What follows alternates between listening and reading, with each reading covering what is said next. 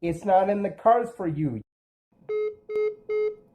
I'm pretty good at insults, and I got the internet and a lot of free time.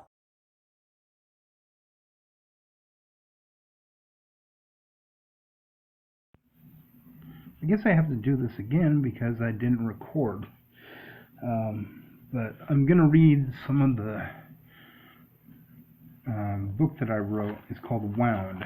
This is the first notebook. It's something that I had to pull out from another notebook because it had other stuff in it. This is notebook 2. It's completely filled. Here's notebook 3. It's completely filled. So it's 470 pages long, written in my handwriting, so it could be like 350. I'd be happy if it was 300. Not sure how long I'm going to read this because I read 14 pages of it and didn't record because I'm an idiot. So let me see where I can stop.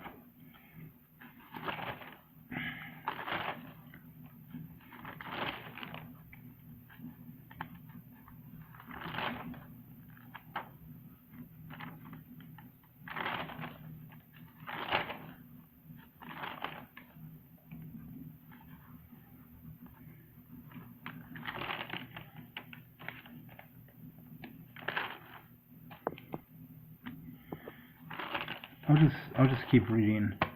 It's going to be controversial at a point,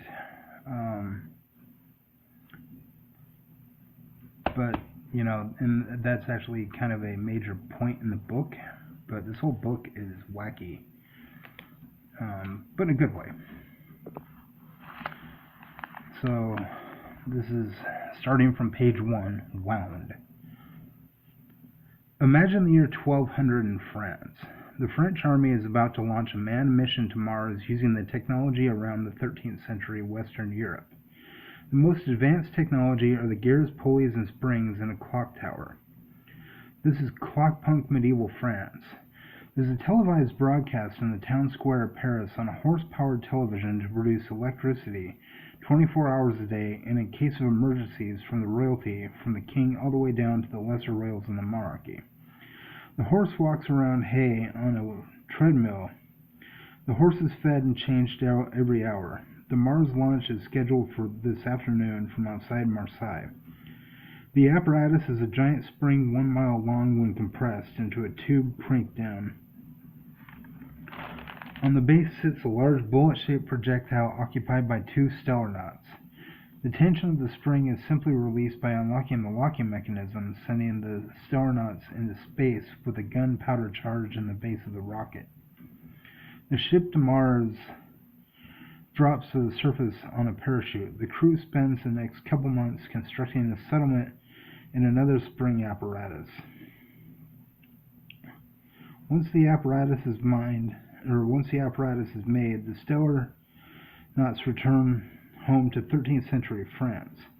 Luckily, unmanned missions had already sent the supplies to Mars. It's only a matter of assembly. Mars is the only country in the 1200s with a space vehicle. The journey takes 4 months. The crew survive on dehydrated salted meats, dehydrated fruits and vegetables, and dried nuts and cheeses. They drink well-preserved wine and flavor their palate with honey on crackers. Their meal plan is repeated on a weekly scale. Their meats include dried beef, chicken, deer, pork, lamb, goat, rabbit, and trout. Their meals are dried meat from a leather pouch, vegetables from a leather pouch, crackers, dried cheese with all water removed, honey, and a glass of wine or 2 from another pouch. They survive. They exercise on a further level track by lifting, walking, and stretching 2 hours a day. They are entertained by reading books donated by the monks. They also write and visit with each other. They're simply on a bullet headed to Mars. Their mission is to assemble a way home to Marseille. The computers are powered by a crank as well as other electrical needs. The ship has to be wound twice a day at 6 a.m. and 6 p.m. They go to sleep at 9 p.m. and get up at 5 a.m. The ship looks a bit like a passenger train car. This is a society that is wound on the regular in order to function. Their entire civilization is cranked like a clock tower. Everything with power in it is cranked by hand. Most of Europe and Asia runs on cranking. They have computers and they have internet. Their clothing design is that of the 13th century. The royals are the ultimate voice. The people can vote them out of power. Women can own property and as well vote. The healthcare system is largely single payer and universal. The main pharmacology is naturopathic. There are treatments for such things as cancer and syphilis using a mortar and pestle that are compared to what we will know in the 2100s, and all using organic systems of plant, animal, and mineral sources. They'd see us about 100 years behind their technology, though being 800 years ago. This is a hand-cranked world with knowledge of Earth-like exoplanets orbiting yellow stars from our own. They have a Jim Webb-like telescope orbiting Venus, powered by microwaves from a giant crank, with a cranker who lives with his family on the moon in a city the size of 2020 Seattle in population. They're an advanced civilization owing everything to spring-loaded mechanization, like we're dependent on fossil fuels. Most of their time and space over the course of 150 years has been spent on settling the moon. This is their first mission to Mars. In their world, the library at Alexandria was neither ransacked nor burnt to the ground. The Antikythera mechanism and the Voynich manuscript are the basis of everything, including a book explaining the Antikythera mechanism. The translation of the book containing both and more is the Book of Everything Useful. This book is freely available to all and is held in regard in Europe and Asia higher than the Bible, Quran, the Tao Te Ching, and the Bali Canon combined. These people are basically atheists. There is no war, and they're in a state we will be in the early 22nd century. They're a confederacy of family monarchies that provide health, information, and education to the highest levels, with a flat tax on every economic level, including the kings and queens, at 50%, with an 80% tax on all businesses making $1 billion or of our dollars or more a year. They have no coin or paper money. Everything is automated credits called the terrare. They have smartphones that are wound like a watch in order to work. Like everything, they have a crank. Almost everything is made up of wood, metal, or glass. Plastic does not exist like it does with us. Their smartphones are encased in oak. They do know about the Americas and native tribal people. The only presence Europe has in either North or South America is with growing trees and lumber manufacture. Many indigenous Americans live in Europe, and their tribal societies are largely left to what it was in what we knew as 17th century Europe.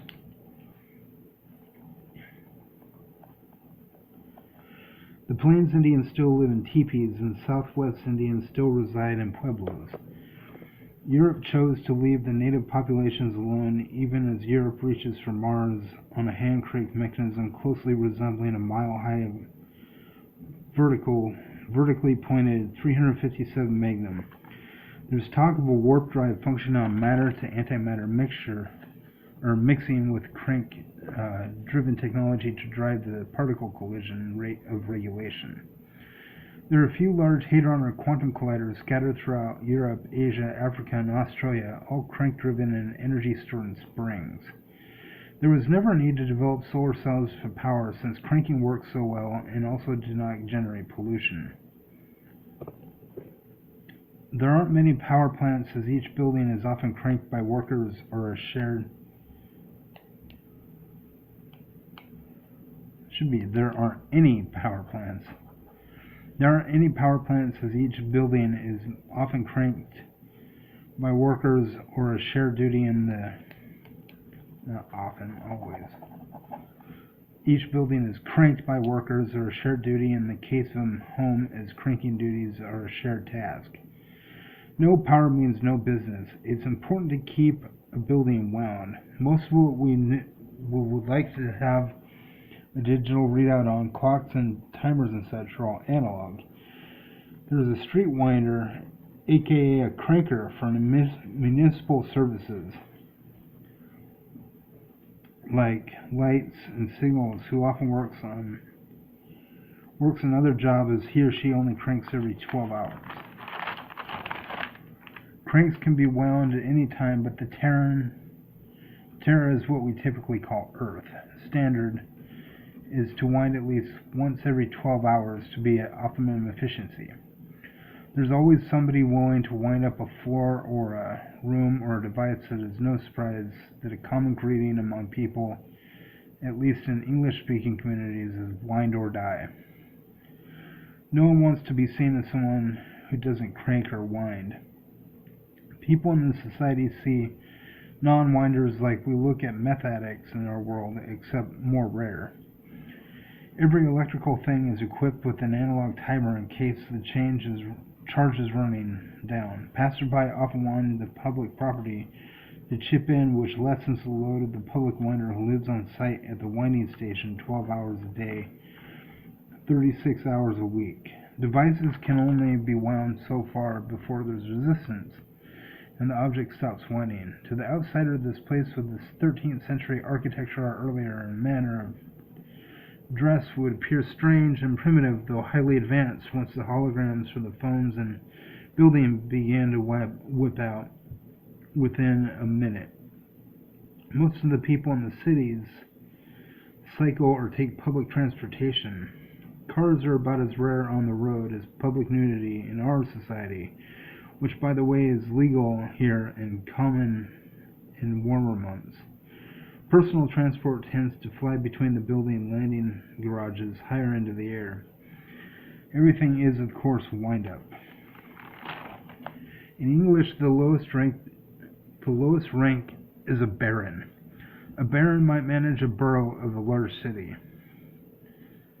A large city like Marseille is managed by a marquis. The castle of the marquis is exactly 5 miles tall. He paid 80% taxes this year because his business made $5 billion a year.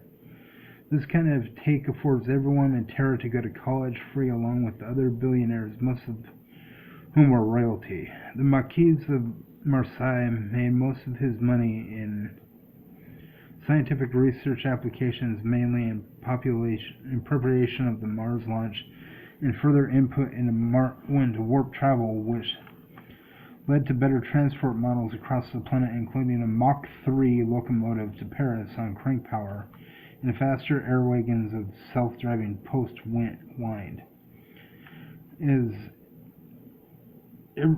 As already stated, computers are everywhere. Keyboards and screens are all holographic. Many in the city attend street parties where lute, hand drum, sham, and harpsichord, playing fast-paced music, entertain young and old alike. The most common type of relationship are between women and men who are 20 years older. Women, by and large, begin dating when they're 16, and the men are 35. There's lots of friendly conversation and romantic gestures, such as hand-holding, kissing on the cheek, and the brushing of the hair from the forehead. Divorce is rare, and marriage is average, and one child being born to the couple. Most children are only children. A monk in this society performs the wedding.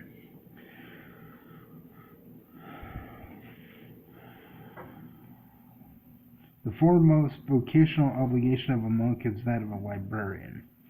The monks take turns of a Sunday service, drawing positivity inspiration from the library. All credit is given to the universe or cosmos as the supreme mover and shaker of all things, rather than to God or to the devil at all.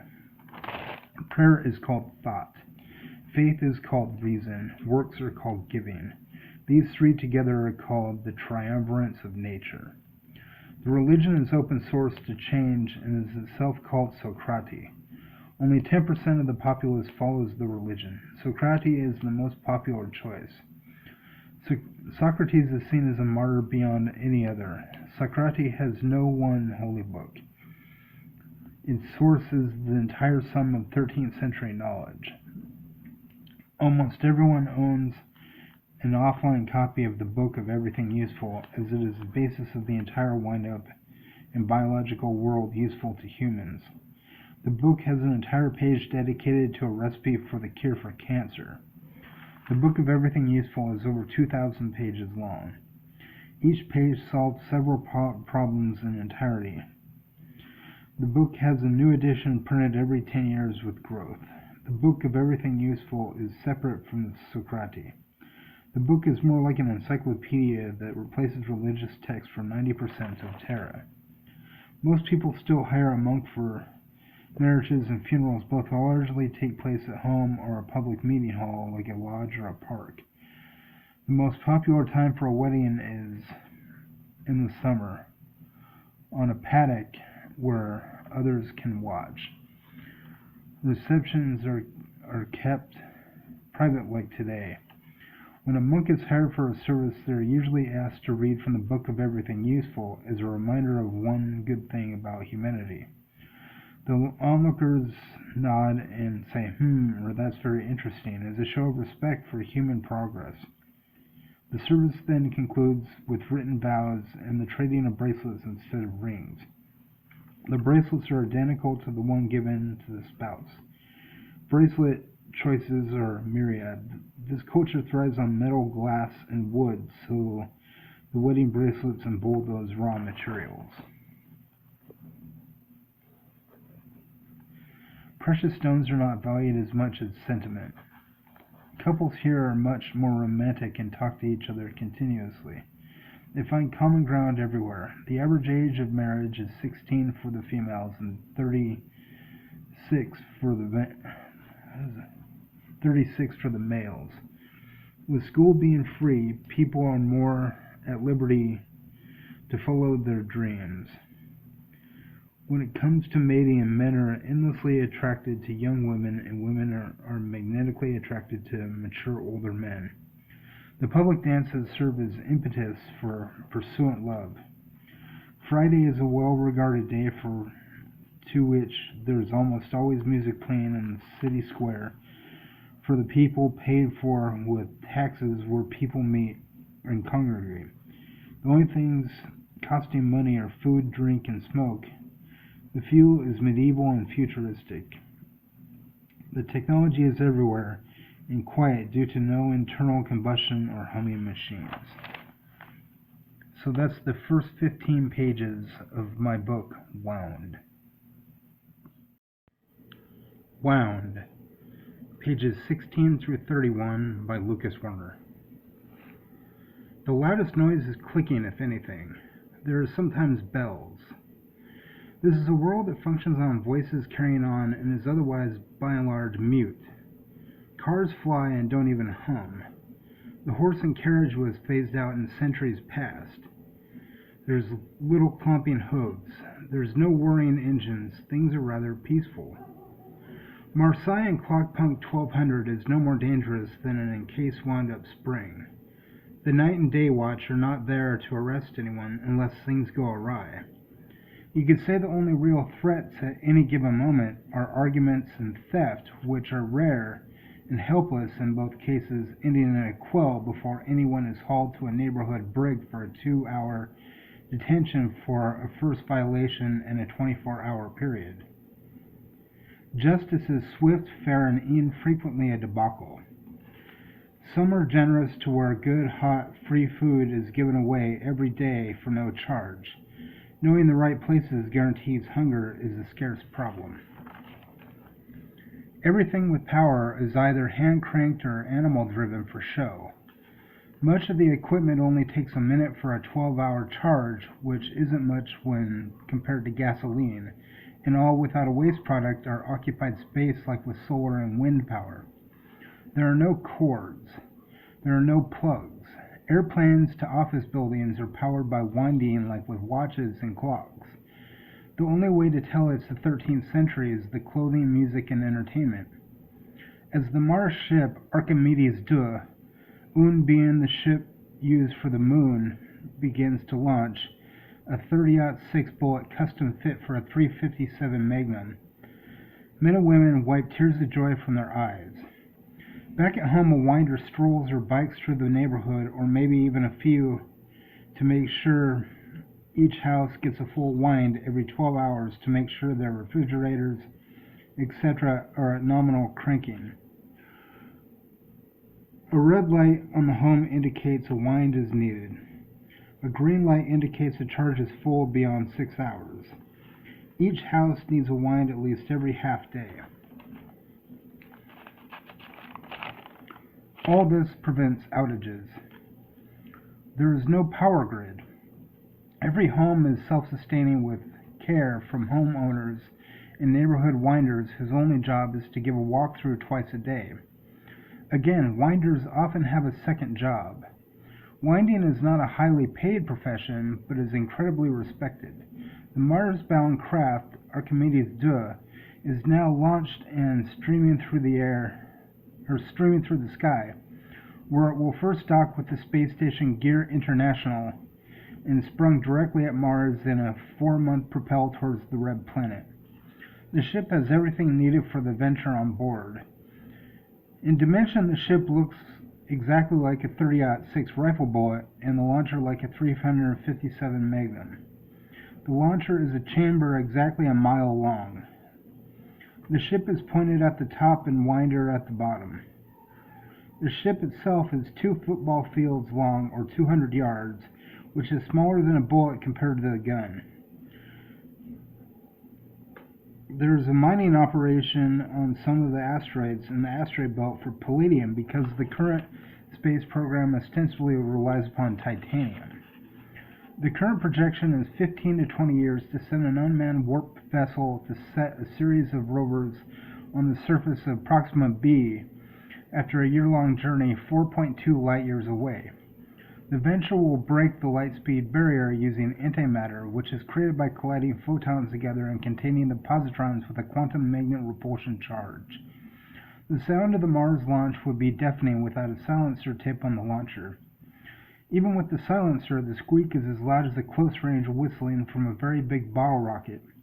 The only thing to compare the thrust yipe to is a sexually aroused Costa Rican howler monkey multiplied by 20 in decibation, and only lasting a second like the aforementioned bottle rocket. Launch technicians call it the launch squeak.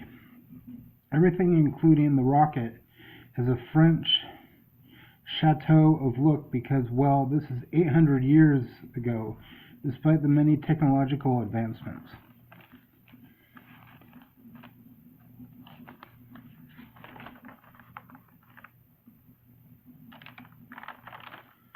To the level of 22nd century Earth in our timeline, it's still the 13th century. People are generally quaint, even though religion is as popular as atheism in early 21st century America and has a non-theist worldview. Women are often billionaires in Clockpunk Europe, though tend to be shy and easily charmed by romance from extroverted men. Fast food is non-existent. There are no billboards. The food is rustic. The night and day watch are their version of police and really have more in common with knights, though metal armor is less favored than leather external padding. There aren't guns. Many citizens carry knives and swords, as do the watch. It's like walking into a Renaissance fair. There aren't a lot of bright lights other than the street lights that utilize a glass-covered orange flame, fed oxygen from a pipe system, and is made of wood instead of metal. Almost everything is made of wood and brick. The Mars ship is made of titanium to look distinctly 13th century French because it is 13th century French. There's a real local pride in everything.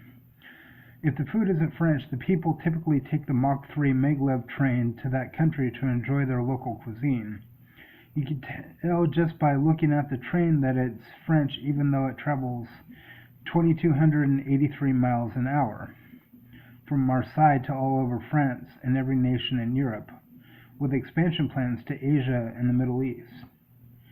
The internal veneer of the ship is by the most measure of a wood construction. In zero gravity accelerating, a ship only takes a push with a tightly wound spring.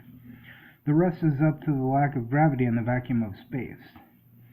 Packaged foods are the norm of spaceflight. Packaged foods exist nowhere else. This advanced though quaint life favors fine and rustic cuisine. The Stellarnauts are making quite a sacrifice. This is the last slow journey into space. Once the antimatter goes online in a predicted 2 years, humans will be inching towards a warp craft.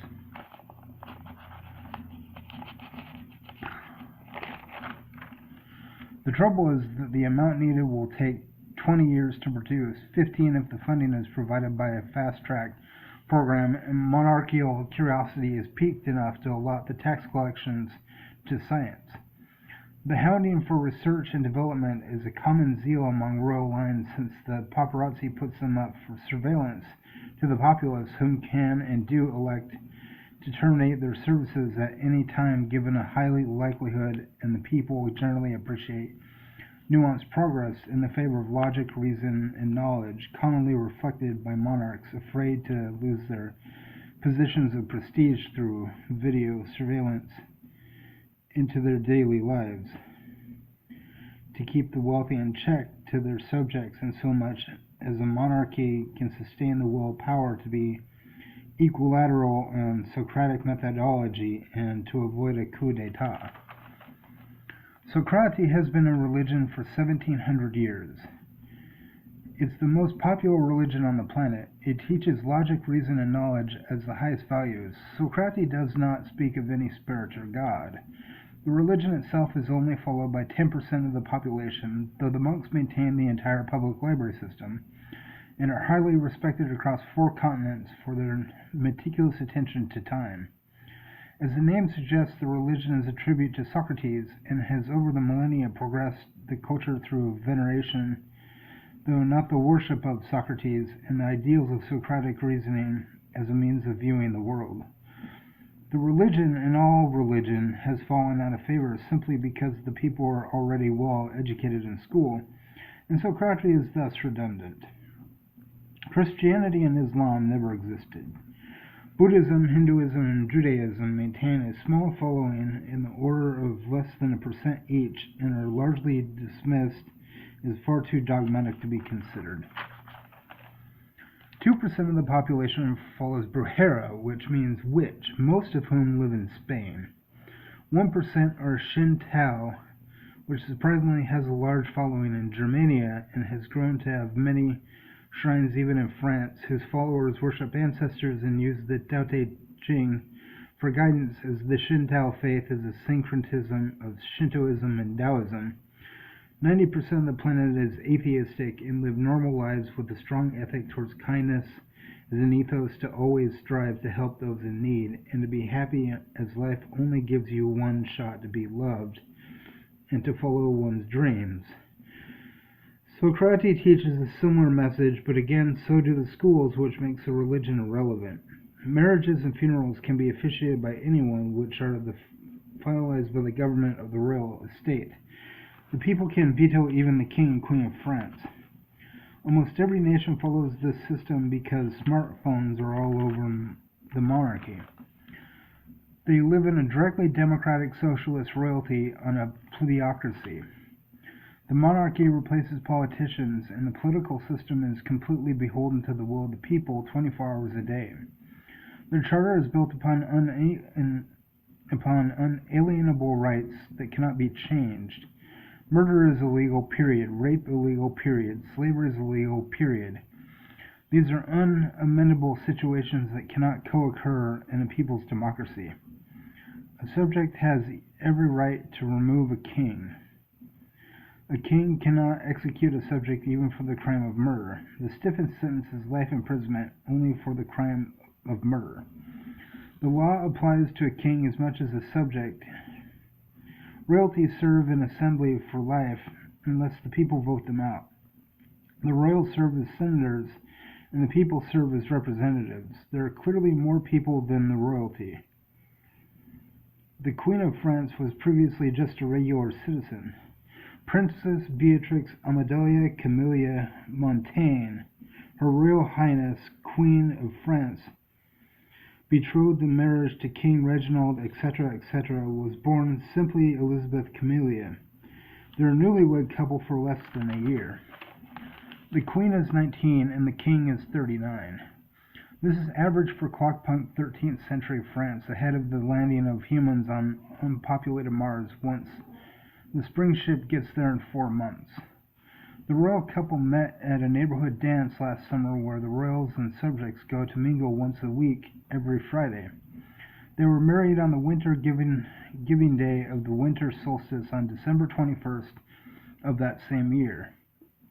Even though she is a royal now, she's still in attendance at a local community college.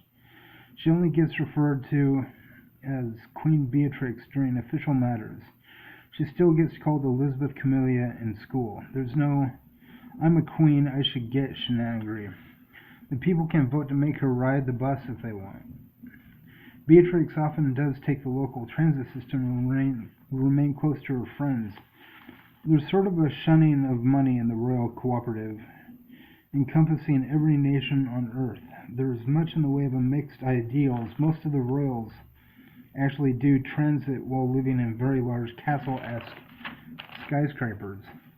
The king's castle stretches 5 miles into the air. It's the tallest building in the cooperative.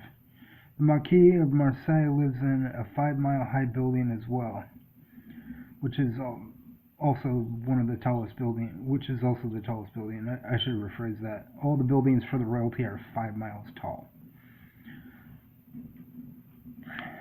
Marseille is the scientific center. I'm going to do a quick edit.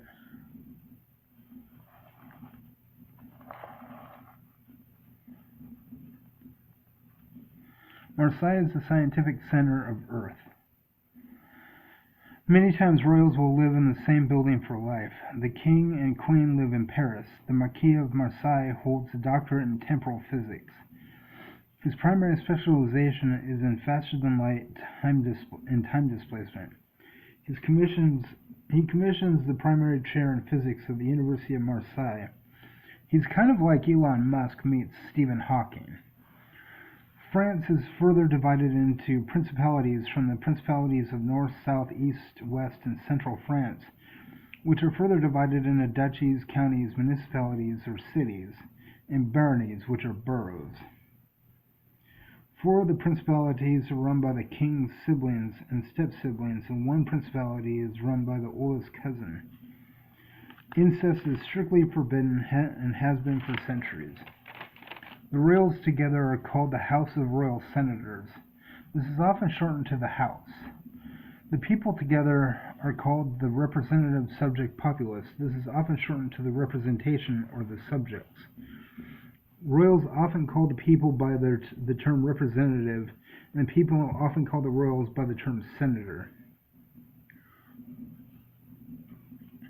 The subjects and royals often dress in the same manner of clothing by the mercantile class, middle class of 13th century France. The castles almost always serve as hotels.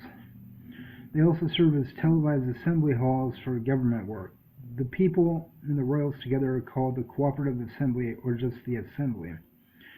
The Castle Marquis of Marseille is pretty much the only tall building in Marseille. In comparison to everything else in the castle is 5 miles into the air, while the next tallest building is around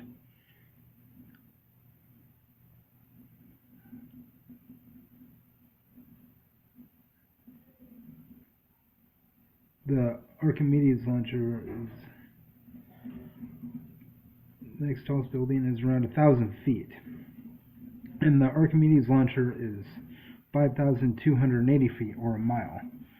Most buildings don't surpass the 500-foot mark. The Royal Cooperative avoids metric for the royal standard of miles, feet and inches over kilometers, meters and centimeters. Castle Marseille functions as a royal living quarter, business, offices, city hall, hotel, university, research facility, gymnasium, warehouse, farmers market, like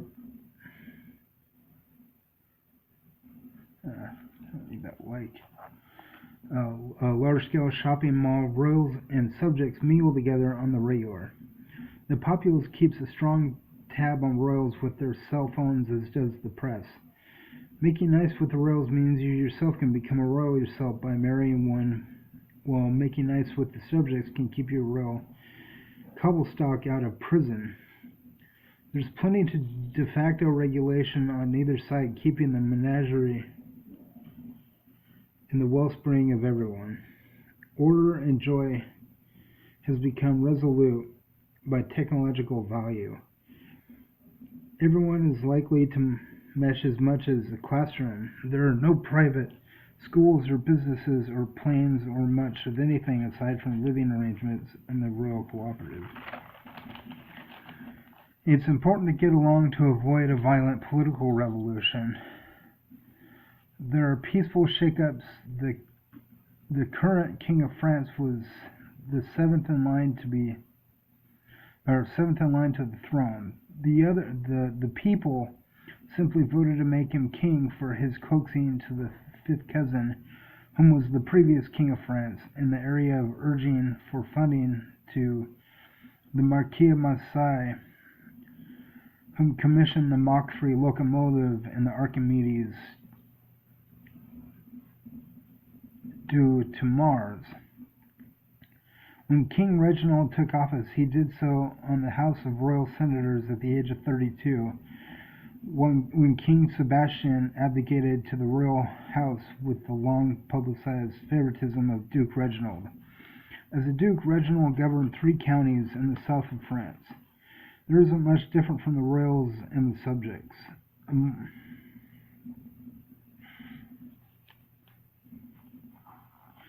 Everyone is expected to utilize the same public spaces. The royals are indeed the wealthiest in the land, but that money is in part supposed to help the subjects in ways logical and obvious.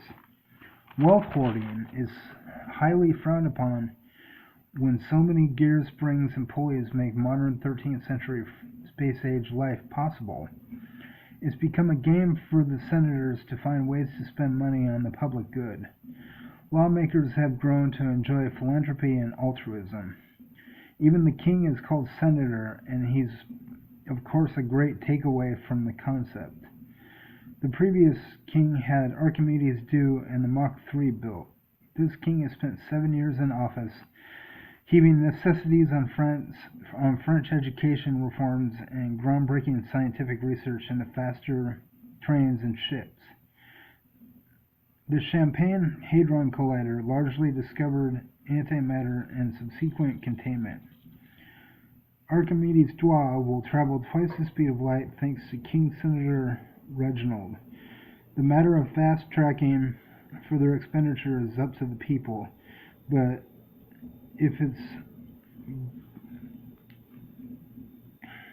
is forethought to be a popular measure to pass from the subject representation.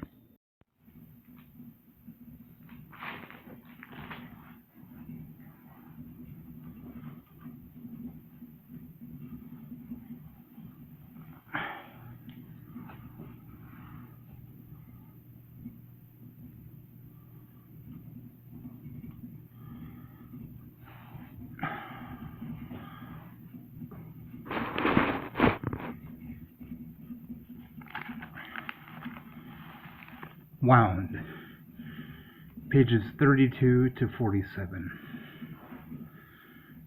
Archimedes Duh has docked with the space station of the Royal Cooperative, also known as Gear International. Today has been a successful and historic day. The next phase after a brief layover in low Earth orbit is the springboarding of the ship to Mars. Upon loading into the space station, mile-long launch chamber, and a replacement of an oxygen-free blasting cap that safely ignites with hydrogen in the base for a more energetic propulsion blast towards the target 35.4 million miles away. The space station dock is to load the ship with supplies for Esteban, whom is from Spain, and Meredith, whom is from France. Sex is strictly forbidden in this mission, though highly unlikely, though all is videoed and broadcast to the internet, yet not probable since Meredith Garamond is 76 years old and Esteban Alvarez is 28. Just in case, even their going to the lavatory is broadcast live down to Earth.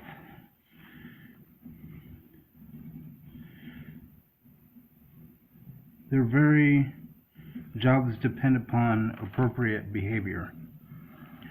It should be noted that both stellarnauts are married to their spouses on Earth, and a ticker tape parade will not likely stem from sexual passion between the two. Doctors Alvarez and Garamond understand maintaining a respect for the position of stellar-nomical academics as very well-regarded educators across the cooperative. Alvarez and Garamond are much sought-out television guests and have been for years. Garamond was the first to accelerate a photon faster than light and to stop light particles completely. Alvarez discovered Proxima b was the nearest rocky planet in the habitable zone of its home star. Both these contributions will help along Archimedes 2 to be launched in a speculative 15 years. The cooperative only sends its best.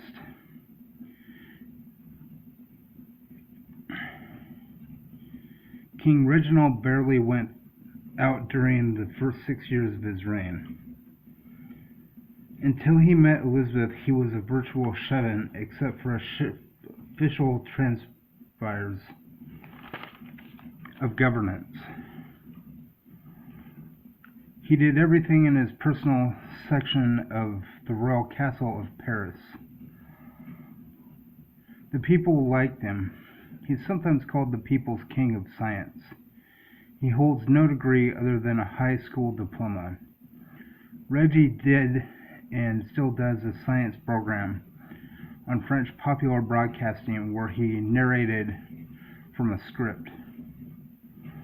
It was his older sisters, Duchesses Lorraine and Hamea, who urged him to go to the Friday dances until he found someone. At 38, he found the 18-year-old Liz, a college student studying nursing at Seine River Community College. 6 months later, they were married and she became a queen and a senator under the highest scrutiny other than the king by the subject representative populace that leads the assembly. Queen Beatrix is well liked. Her ultimate goal is to become an RN and work as an RN while not neglecting her senatorial duties with her cedarwood encased smartphone.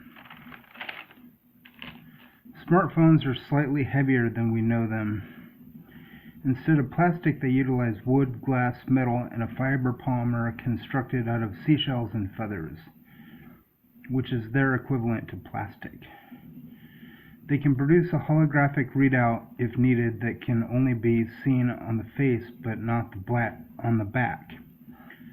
They also have a much greater computing speed than even a home desktop. This technology won't be available on our slice of the timeline until around 2100 AD. Internet is everywhere for free via phase light Wi-Fi. All storage is thrown to a cloud system with unlimited data storage. You might find yourself wondering why 1200 AD Earth is at the level of advancement of our current understanding of a speculative 2180 Earth. It all took a divergent turn in 48 BC, Alexandria. After the failed sacking of the Library of Alexandria by Caesar, there was a dramatic push for science, math, literature, history, art, and all educated studies. Calculus ended up being invented 800 years before Newton. under King Charlemagne. Jesus and Muhammad were never reported as existing. Socrates was martyred enough, and after years as a philosophical school of thought, Socratic eventually bursted onto the scene as a religion, much like punk rock didn't fully take grasp on radio for years until Kurt Cobain popularized the genre. By 1000 AD, most of the world was in a direct democracy, in conjunction with the royalty, along with spaceflight leading to the settlement of the moon in the mid-12th century. By 1200, sex with males under 35 years old was prohibited by law on the king's 35th birthday in 1196. Male reproductive telomerase was found to give offspring stronger DNA in 1188. As inbreeding was prohibited along with incest in the early 10th century, the case was a clear comparison to sociopathic greed from incest configurations that also lead to mass violence and disease requiring remedy intelligencing even after the squash of incest, as well as pedophile pregnancy leading to similar biological malfunctions.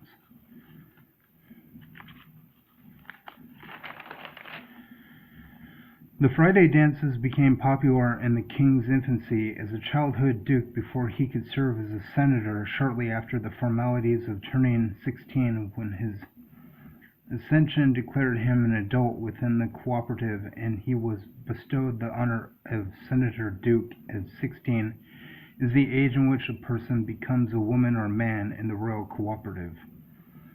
The dances introduce women who are at least 16 to men who are at least 35. This might seem strange to us, but they be baffled by 27% of our civilization is diagnosed as mentally ill, why greed wasn't regulated and would immediately tie the lacking sperm telomerase from older males to why we hadn't settled the moon or why we weren't on Mars by the second decade of the 21st century if the pollution in the water, land, and air didn't kill them first after gasping for breath like a crash landing into the sick, claustrophobic atmosphere of Venus. Most of the meat in the realm is in vitro. That is, butchers took a slice of the animal thinner than a rolling paper at a translucent shred as big as a male pinky fingernail and grew the cut of meat at exacting specifications within 30 seconds.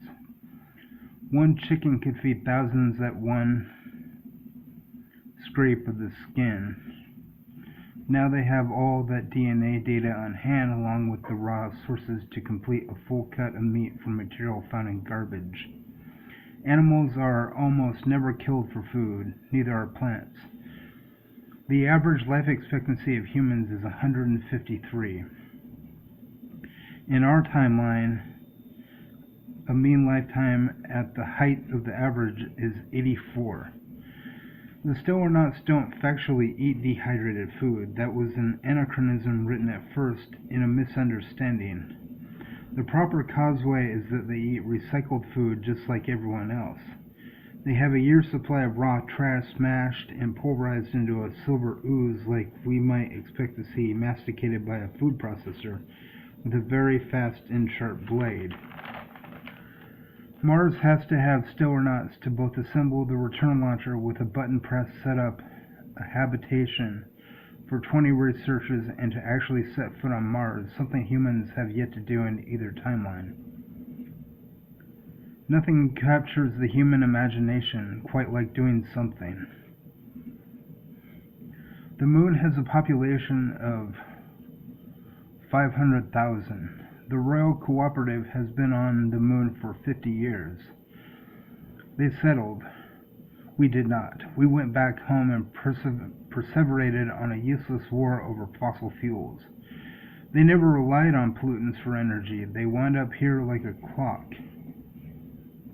We gassed out for 50 years. This is why the Royal Cooperative is 100 years more advanced than modern-day industrial Western democracy, 1,200 years past Caesar when we're 2,000 past. The city on the moon is called Tidal. They have a baron, baroness, and 2 grade school-aged children with the titles of lord and lady, along with representative subjects that together have more power than the nobles in their vote. They all conflagrate every Friday night with their kids and grandkids over food and music in a faux outdoors dome adjacent from the rest of the town. There are frequent rocket launches back to Earth offered once a week. Tidalians are given 6 weeks free hotel stays a month at any castle on the planet. There is a launch to Terra, otherwise known as Earth, once a week. The kids are only allowed to travel to Terra in the Northern Hemisphere summer because of school, but that does give 12 weeks. Children on Terra and the Moon are given the right to switch families to learn about the world and to tour colleges before graduation. The Moon is named Luna. It has a junior high school and 2 grades. It has a junior, senior high school and 2 grade schools.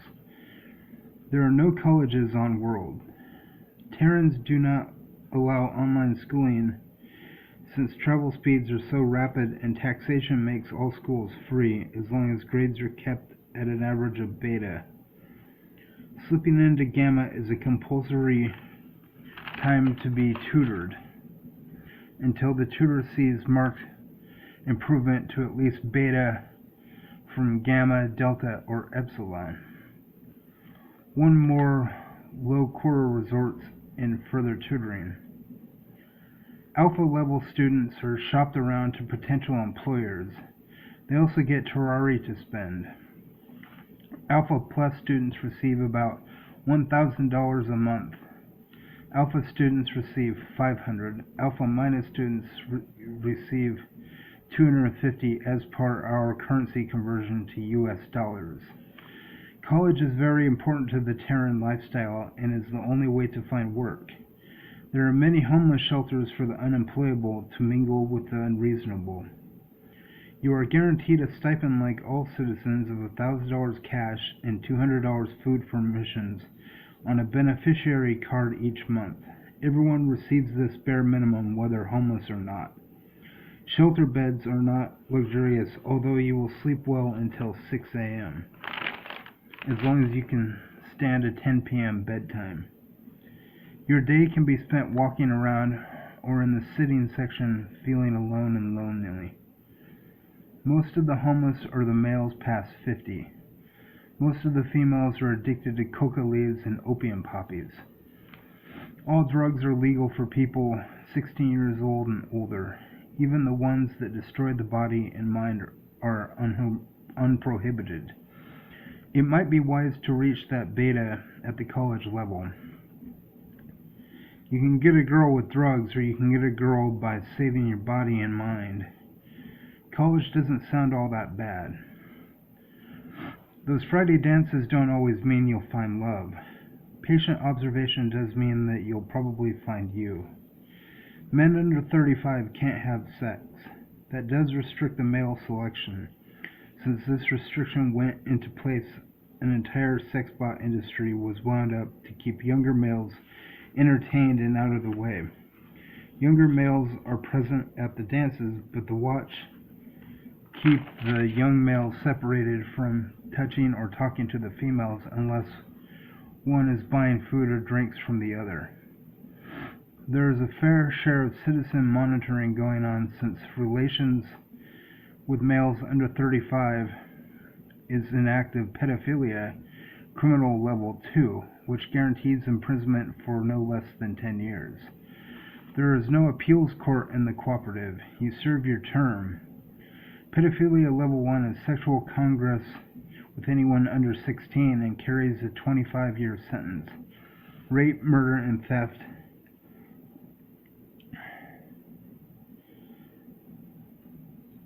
or any variation rape, murder, and theft carry various levels of punishment. Treason is not a crime when there's a one-world government. the royals are considered a family. As incest is illegal, the royals have to marry a subject.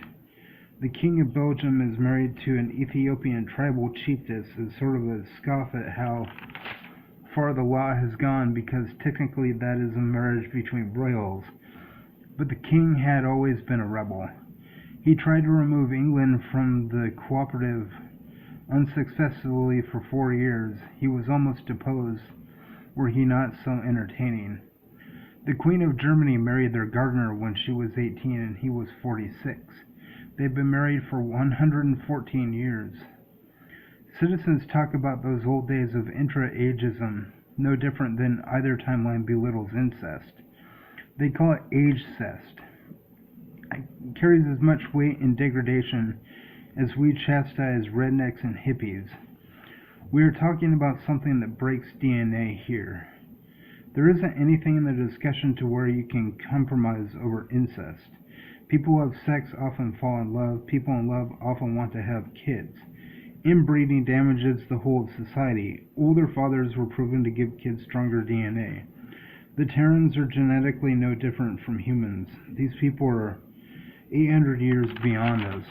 With humans currently walking on Mars, the Royal Cooperative is bolstered more in peace through the last real war was 400 years ago, during the conquest of Charlemagne, until he learned that Socratic and conquests were against reason in terms of human life, seeing other outlets for belligerent violence, such as international sports that help bond warring tribes and later warring nations through competitive play.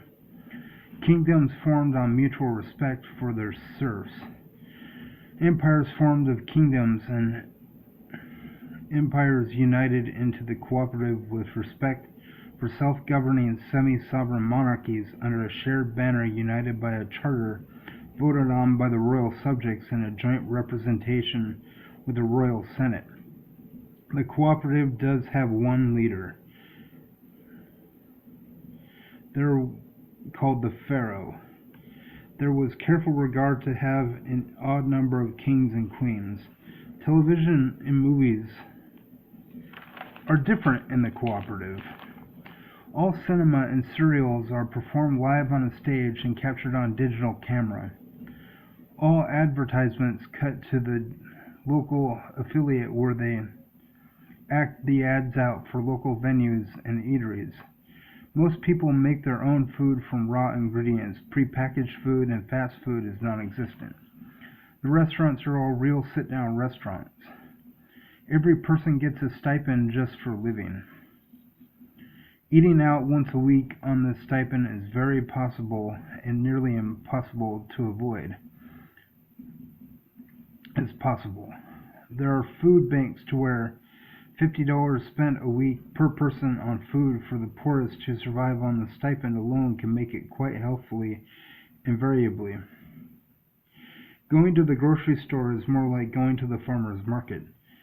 Some people do grow and raise their own food. In fact, many do. You can even skip the process entirely by having the gray sledge pumped into the food recycler where the raw ingredients are made from garbage for human consumption before your very eyes. You have to assemble them. Your stipend will cover $200 of the cost of a month. That's a lot of sledge for food.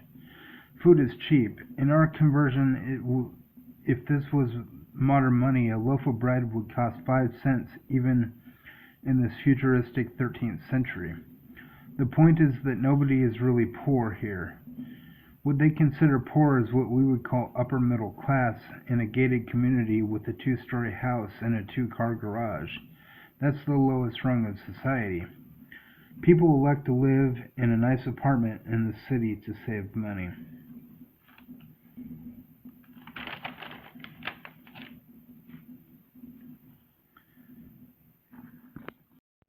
Wound, pages 48 through 60. People are not allowed to own land until they can serve in the assembly at the age of 16. Royals serve for life until they resign to an abdicate or the representative subject populace votes their termination. All abdicates have to be approved by the Royal House of Senators and the representative subject populace. The Senate meets in House every Tuesday and Thursday via video conference. They meet on Wednesday among the International Cooperative House. Each meeting lasts from 9 a.m. to 12 p.m. The cooperative holds to a 3-day weekend.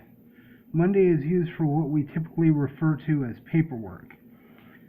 Cooperative citizens work a 4-day week though most businesses are open 24/7, 365. It is not expected that anyone works on Fridays because of the weekly dance, though most schedules rotate work time, so everyone is guaranteed at least 2 Fridays off a month. The representative subjects can log on to the Senate in House at any time, receive notifications for votes. A full work week is 32 hours a week, 46 weeks a year, 6 weeks of vacation time at 4 days a week. The minimum pay is $20 per hour in our money, with a take-home of $10 in a world where an average $5 meal costs 25 cents. Everyone is bloodbound to Charlemagne when he converted to Socratic on the winter equinox of the year 800, and he declared that every royal must marry a subject. He also adopted the direct democratic monarchy system to guarantee a thinking Senate and representative. Marital bonds united the kingdoms via a tie to the peasant class by blood and matrimony. Charlemagne adopted a system of uniting and diplomacy over war and conquest. As you can see, 800 AD had more in common with 1700 AD. This Charlemagne was less Attila the Hun and more Benjamin Franklin. 400 years later, and we have a completely different world that's been at peace for 20 generations. In our time, this was the period of the Crusades and the Norman conquests as Christianity and Islam vied for position in Europe and the Middle East. Since Socrates was so knowledgeable, reasonable, and logical, no one made up the Jesus or Muhammad myths to fill a void. The Bible itself does not exist. The Torah does not extend it into any sort of New Testament. Many Jews saw Charlemagne as the Messiah and converted to Socratic, even though Charlemagne is not officially accepted as any kind of God, since Socratic does not have any God. The Quran was not even written. Most Arabs also converted from tribal roots through diplomatic talks after 800. The religion of Socrates used to include 90% of civilization, though it has waned for technological advancement and lectures on science with high entertainment value. People prefer specifics, and with that, religion begins to wane. Even a religion like Socratic, with a 1700-year history, no gods, embracing nonviolent means of conversation in science. People are individualistic and independent within the realm and prefer decision-making over dogmatic mannerisms. People like doing things on their own. A lot of people have traded religion for a Bible of sorts and the book of everything useful, but it has more in common with an Encyclopedia Britannica than the Holy Bible, and there is a vast resource of knowledge in libraries and over the internet. Most know Socrates from Plato's Republic. The Republic was never tossed into the mix as a religious text. Neither was the Trial of Socrates, though all these books painted a clear picture of Socrates as a martyr, teacher, and the man Socrates was not worshipped. The main crucible of Socrates was to question authority and to examine the evidence that pushing some books at followers would have been antithetical to the consciousness of science. The monks instead chose to read to the flock from any book explaining science as a methodology or findings that this religion was effectively a religion of science. Socrates encompasses 10% of the population and is the largest religion on the planet. The ceremonial day is Friday morning. The people love science more than they love waking up on their day off to hear the things a monk wants to say when they could just watch a science talk over the internet at any time, any day of the week. The monks are still very friendly and very effective organizers of the cooperative library system. Should Socratic disappear, the monks would intensely be defended, even in a time where all the books are online, for the sanctuary of a quiet place to study and to relieve the psyche from mental and physical strain. There's nothing quite like a place in public to take a nap, read an internet, and the monks provide that free of charge with a library card. The nap rooms are like those Japanese coffin-sized hotel rooms. They each provide a 7-foot-long bed and a pillow and a fleece blanket. Patrons may sleep or rest for 2 hours. The libraries by law must provide at least 10 beds, but at most, the larger libraries provide access to 20 beds. Taxes pay for all the services the library system has to offer. Patrons generously also donate to the library so much funding that 3 meals are served per day. The libraries are open 24/7, 365. Everyone in the cooperative with a job is given a home. The homeless shelters lend sleeping arrangements for the unemployed. Food may be cheap, but even with the $1,000 per month stipend, an apartment can cost up to $800 per month for a small studio. Utilities, including electric, are lawfully included in the price of the rent. The population of Earth at this time still reflects the year 1200 because the decadal census count only roused that number to be 400 million, including non-urban tribes.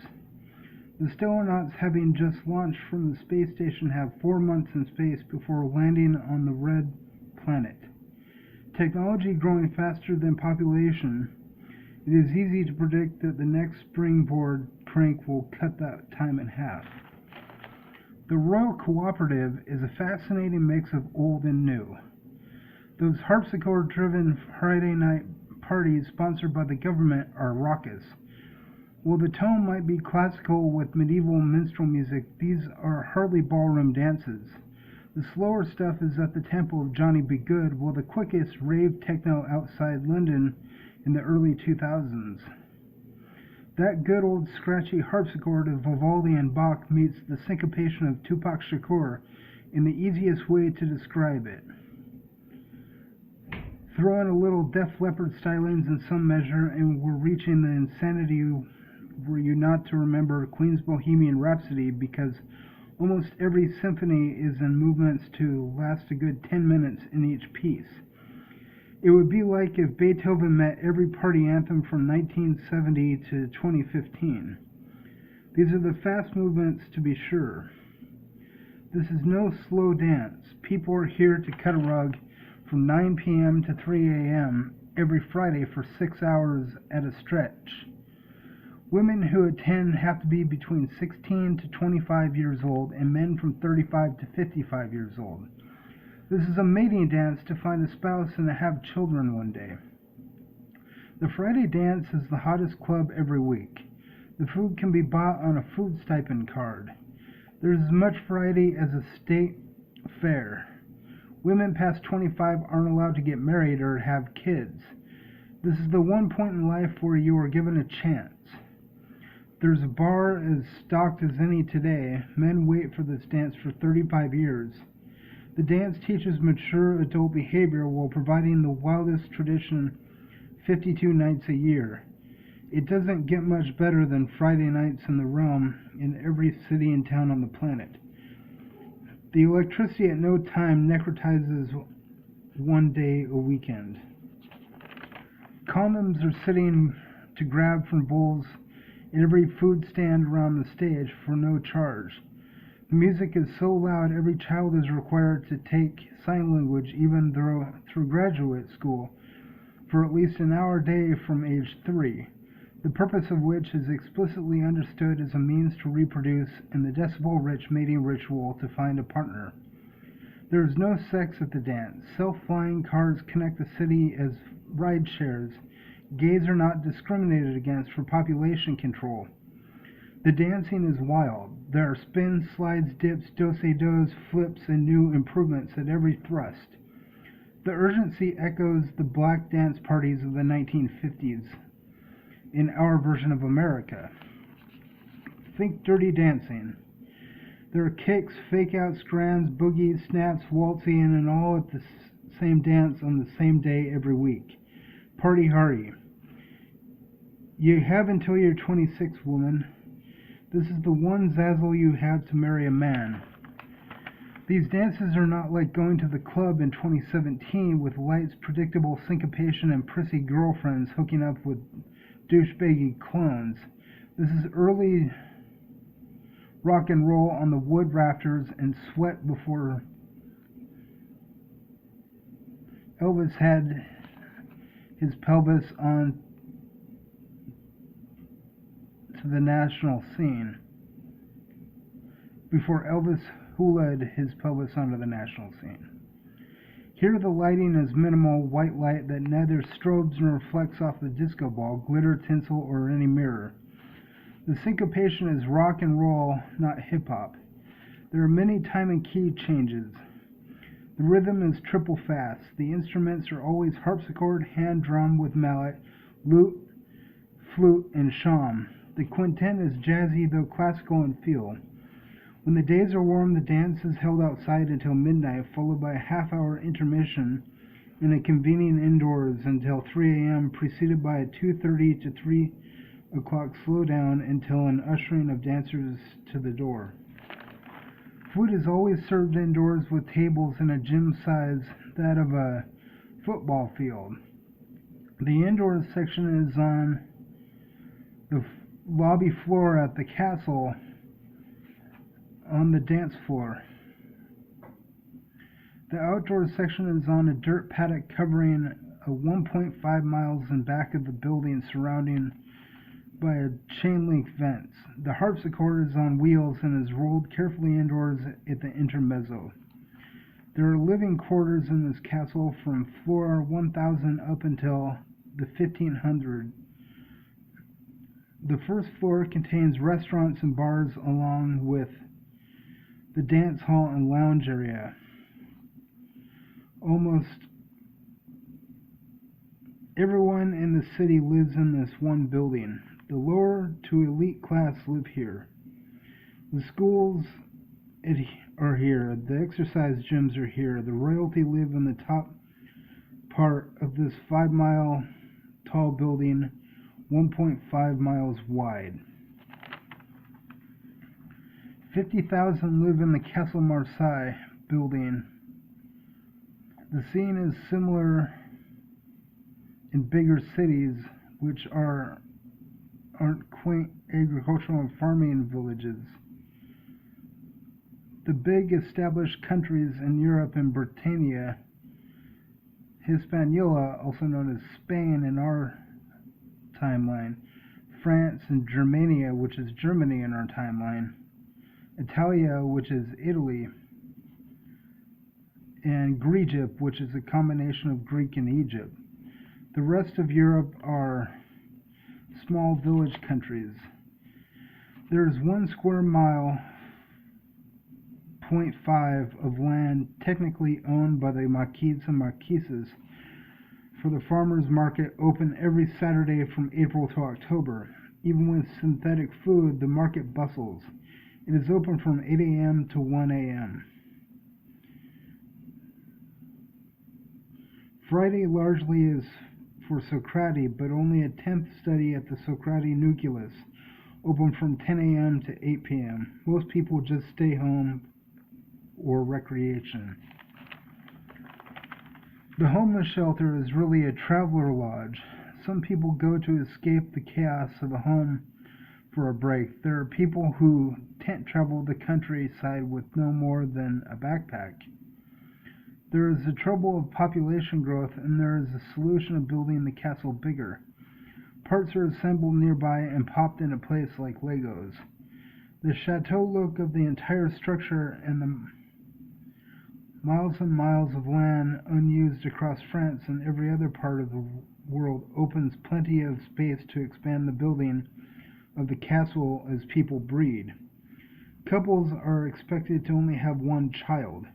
Those who do not follow the rules and have their second child taken away and given to a needy couple in another city. Wound, Part 5, pages 61 through 76. The population of France at this time is 500,000. Let's keep it closer to that way. That's the policy of the Royal Cooperative. The people have decided to keep population growth low and have done so since near the founding on Winter Giving Day, December 21st, 800. The actual writ was ratified on Summer Giving Day Eve of 805.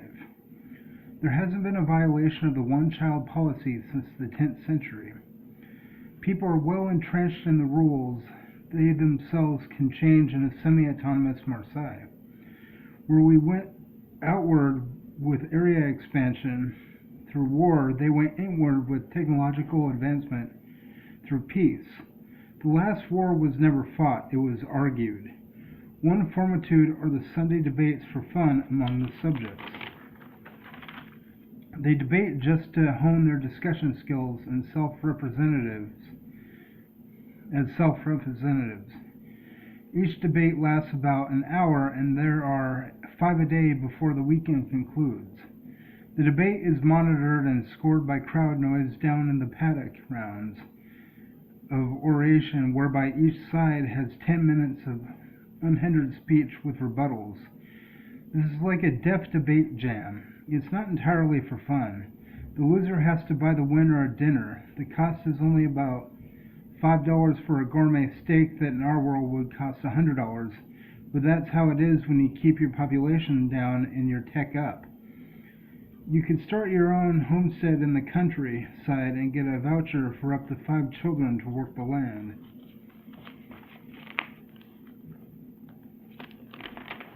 Most dudes are excited enough to date 18-year-old women at 35.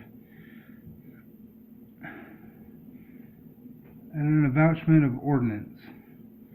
The castle is largely a huge indoor town with the size of Olympia, Washington.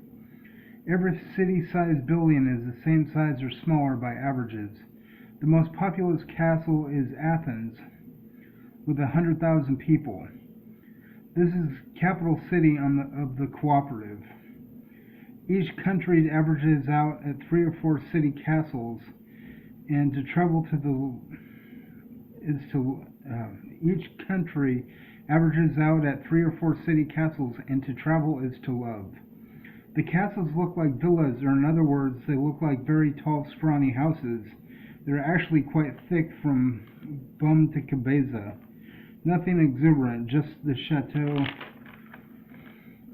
Don't fret the music. It's just the harpsichord equivalent of Avenged Sevenfold meets Tool in terms of tempo and note variants. Then we'll go eat a rustic meal of Chateaubriand, new potatoes, and a vegetable pairing with a dram of Zinfandel for $2.50. Nobody here looks 25th century, and yet 800 years ago saw a city on the moon and a Mars landing. You get the feel of a time machine went in 2 directions at once. They're winding up their cars like toys, and yet they're zipping out of the buildings at 1,500 miles per hour. Marseille 1200 is an aberrance. 400 million Homo sapiens from pole to pole wouldn't have a clue how not to pity your unfortunate breath. You'd be issued a stipend and a choice between Traveler's Lodge or an apartment. Fresh out of the hit sitcom Frasier with $200 left each month, where a meal is 20 times less than $500 video game system, and all other purchases would cost half as much. That $200 on food would press as $4,000 a month, with a year to work it all down before a reboot. Your dinner parties would net you a friend base in no time. Very quirky place for an outsider, and yet a very logical site to peer the dreams of progression. The mindset of cooperates is that everything, even philosophy, can be put into a scientific context and can be examined through science. The trouble with religion is that the minute you begin doubting the metaphysical view, especially God, by remembering bad times prior to good time, you feel a sense of liberation from the spiritual trap of doubting the doubtful, and a secular reasoning towards more and more hypocrisy. There's a freedom of not being part of the crowd. Socratic is often doubted as a ritual practice because once you have science, you don't need Socratic. Science is the framework of Socratic. It's the rituals and practice that forms a Socratic house. Most people these days would rather build their own house around the scientific framework. In the real world, the previous seems like a tautology, given that most everyone in most cities lives in the same building. There are smaller towns with tiny houses and large plots of land. There are big houses with small plots of land. The castle is a community and living is free. Everyone receives the same stipend of a lot of food and enough to pay for rent with a little left over after you're in a furnished place that looks exquisite. The children of the marquises and marquises are barons and baronesses. Their grandchildren are not nobles. They have no title other than Lord and Lady. The marquise and marquises' grandchildren are still babies. The marquise and marquises have 2 sons. That's the figure, I think.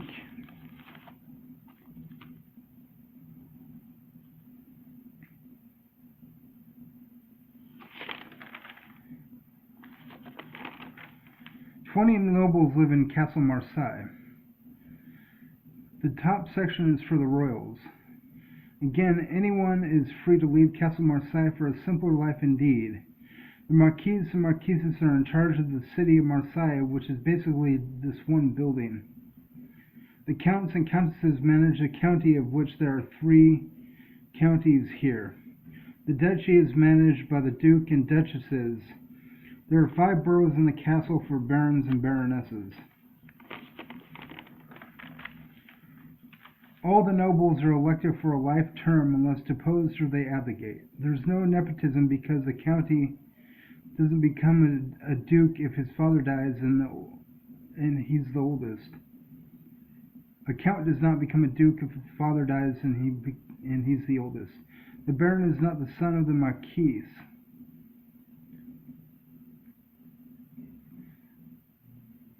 Wait a minute.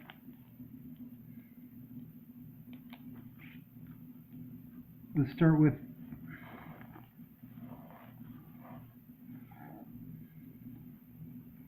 a duke and his father, because a count does not become a duke if his father dies and he's the oldest.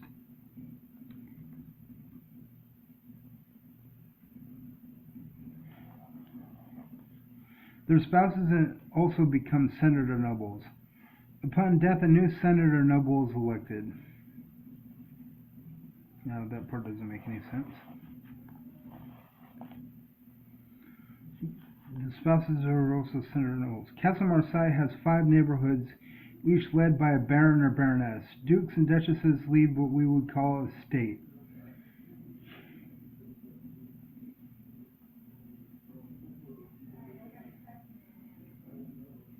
Here they're called a duchy. Counts and countesses lead counties, and marquises lead a municipality, or cities in our definition. Neighborhoods are called boroughs. France itself has 7 big municipalities. Those are Paris, Lyon, Bordeaux, Nice, and Marseille. 1, 2, 3, 4. Let's say 5. Sorry, I'm correcting this as I go along. I made some mistakes and contradicted myself.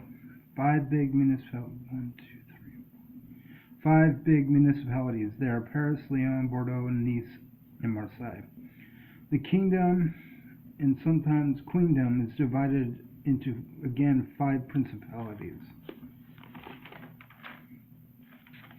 The population of France at this time is, again, 500,000. Smaller than most major cities on the globe in our timeline, and yet 800 years before us, the French army launched a vessel to Mars, and a global direct democracy has a compact city of 500,000.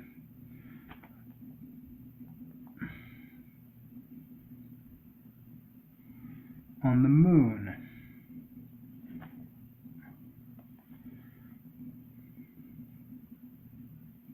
50,000. That's a mess up. 50,000 on the moon. Whilst an international cooperative lives in unity and jointly are producing an antimatter in one of 4 hadron colliders for a ship that will travel twice the speed of light in a warp bubble, exciting a population that routinely lives past 150 years by eating recycled trash. The world royalty are elected by the people and only a senate of kings. Nope. Eating recycled trash. And only a senate of kings in an uneven number, so there is never a tie. Things get done, and the people have a final voice in the matters of every day. So, warp bubble, exciting a population that routinely lives past 150 years by eating recycled trash.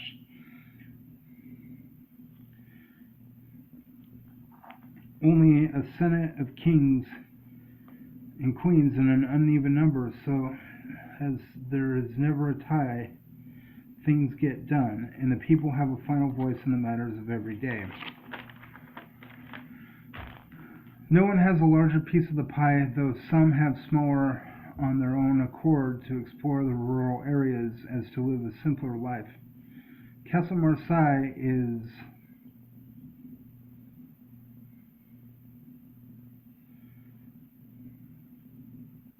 five times, we'll have to check this, 5 times the volume of Burj Khalifa in Dubai. So check that. The volume of Burj Khalifa in Dubai. The castle is well equipped to house over 100,000 people. 50,000 live in Castle Marseille with apartments for 100,000. The mall is every bit as impressive as the Mall of America. Gray Sledge Recycling makes many consumer products, from computers to stuffed animals and flying cars in many styles. The University of Marseille, though indoors, has an outdoorsy look with live plants and animals. Think Princeton, but more beautiful and lusher and green. There are parks and woods right inside the castle.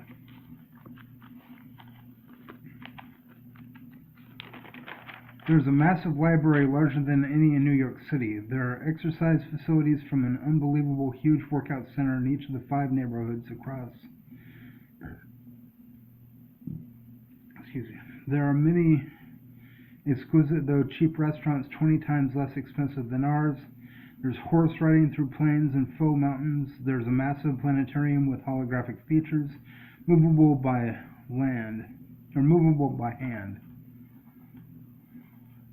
There's professional sports teams in baseball, basketball, football, and hockey that are all unique.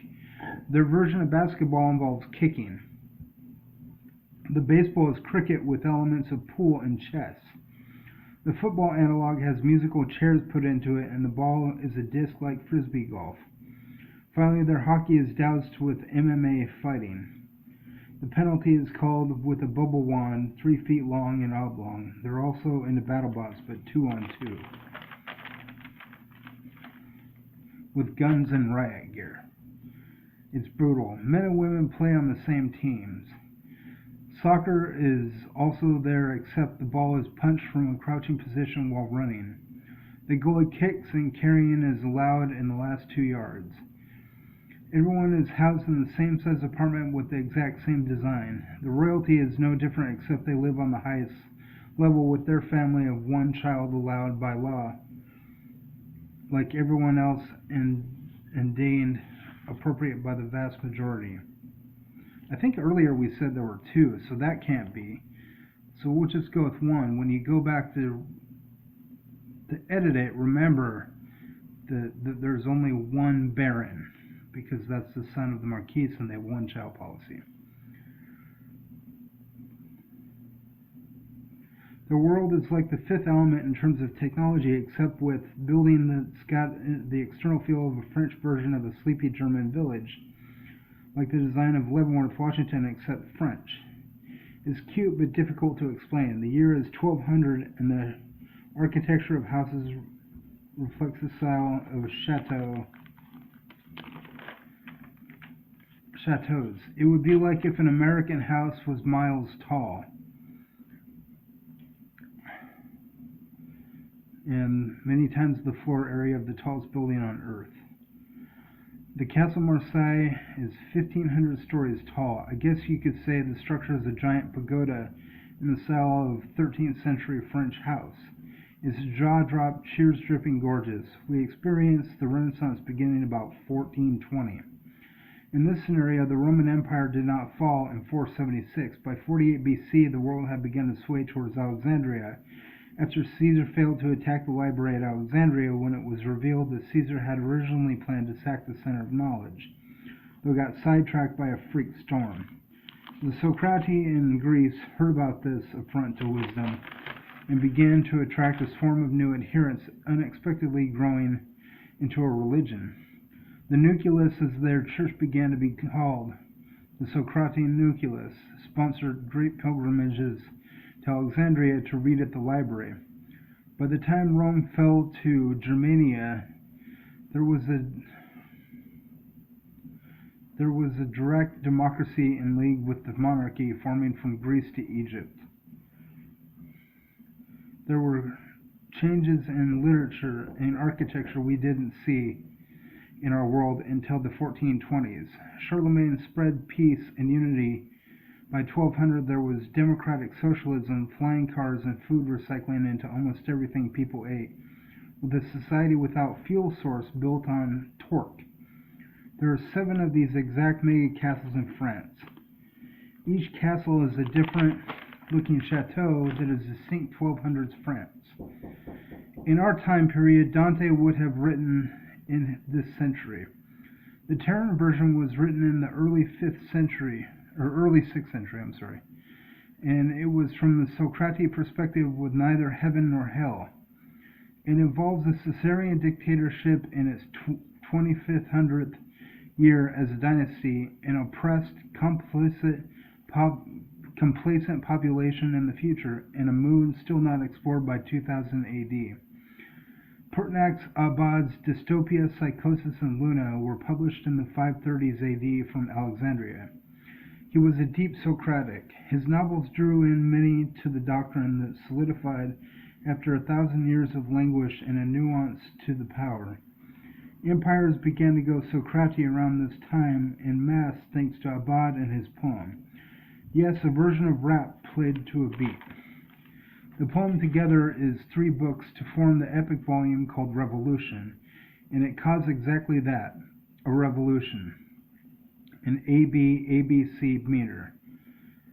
The poem is rapped on stage with music, though Abad is not regarded as a playwright since the play did not make it to the stage until the 700s after a couple centuries only read by fans quietly. The play was said to have moved Charlemagne to tears that in 800, when the monks met with him at a library in underground Paris, he swore to unite the world under the banner of the 5 Socratic precepts of science. 1. Observation. 2. Experimentation. 3. Skepticism. 4. Falsification. And 5. Verification.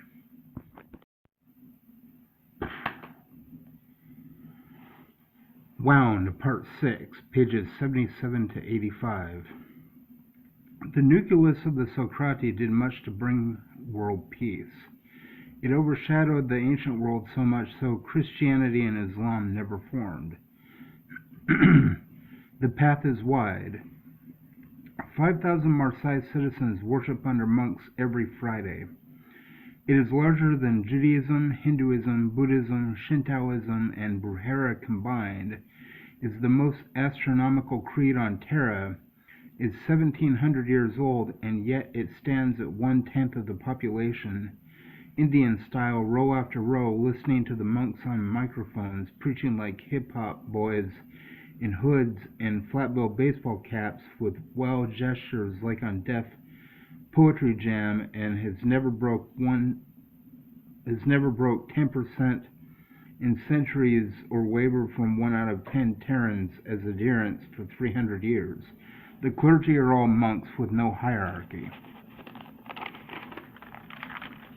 5 monks preach on a small stage for an hour a week. They manage every library in the world. The religion is neither growing nor is it shrinking. The monks wear a full-bodied hooded brown fleece robe with the hood covering a gray flat-bill cap with a red symbol of a chalice to represent Socrates drinking the hemlock instead of leaving Athens. The monks are allowed to get married and have kids. Women are allowed to become monks. Their holy book is every book in the library. The monks restrict themselves from drinking by taking marijuana as a sacrament to have visions. They moderate their intake to no more than a 10-gram cellophane joint a day. Although plastic does not exist, hemp polymers do. The polymer is called a lacis, which may as well be plastic. Pardon the misinterpretation.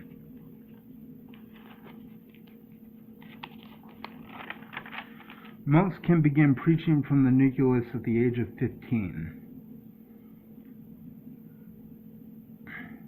We have an agreement with the indigenous people of North and South America not to settle their lands if they agree to let us plant trees and hemp in what we call New York State, which today in 1200 covers a more circular swath of New York and a little more to form a half-tree, half-hemp location, New Royal Cooperative Forest. The rest of North America is a refuge to the native and is such unmeddled with by the civilized world. We have the exact same thing in Venezuela called the Equatorial Royal Cooperative Forest. Both New Royal and Equatorial provide all the wood and hemp the cooperative will need for a very long time. The growing method allows the trees to reach the 30-year mark in 1 year, and the next part of that time the trees grow at a normal rate. The stellar knots will have to wind the ship for 1 minute every 12 hours, which means Archimedes, duh.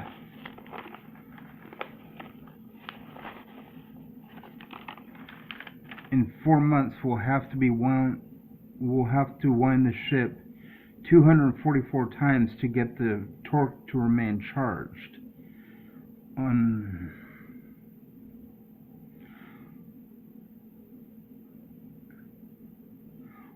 On all cooperative devices there is an analog display at 60 minutes left before the device will shut down. Then the lights up at that 11th hour mark when the winder must begin to crank the device up to 1 minute or face shutdown at hour 12. Everything runs this way from food processors to the Mach 3 maglev train. Elacritus. In our world there were crank cars that did not use gasoline in the year 1920. It's no different here in Marseille and everywhere except wider spread, more efficient, and the crank is usually smaller and inside the vehicle. The gas pedals are replaced with speed and brake mechanisms activated by grip in the steering wheel, while the crank is where the shifter used to be. It is recommended that the driver pull over to wind the vehicle for safety reasons and the law. Archimedes' duh is 600 feet by 30 feet and shaped like a rifle bullet. It is sprayed bronze in color. Archimedes' un is on the moon. It is white. At top speed, Archimedes' duh is traveling towards Mars at around 12,000 miles an hour. It is designed to crash on Mars were it not for the flame retardant parachute that ought to put Archimedes about 50 feet from the payloads to assemble the return launcher to 30 by 30 by 15 living pods and 30 by 60 by 15 research lab and a Marsmobile where the stellar knots will work for 6 months before returning home.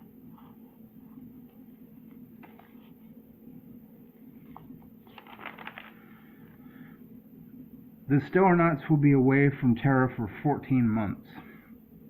The Archimedes was preceded by a series of stellar bots There are 32 shipping carriers in the numerical order under the name Helios 1, Helios 2, Helios 2, etc. The Helios payloads dropped one package a day on Mars for 32 days in a row after the same 4-month journey. The last payload dropped yesterday. Archimedes 2 landed today, 14 hours from the last payload. The average surface temperature of Mars is negative 89 degrees Fahrenheit. Luckily, this landing zone is a balmy 12 degrees Fahrenheit. The payloads will have to be wound and thawed, most importantly the gray sludge, the basis of their food for the next 10 months.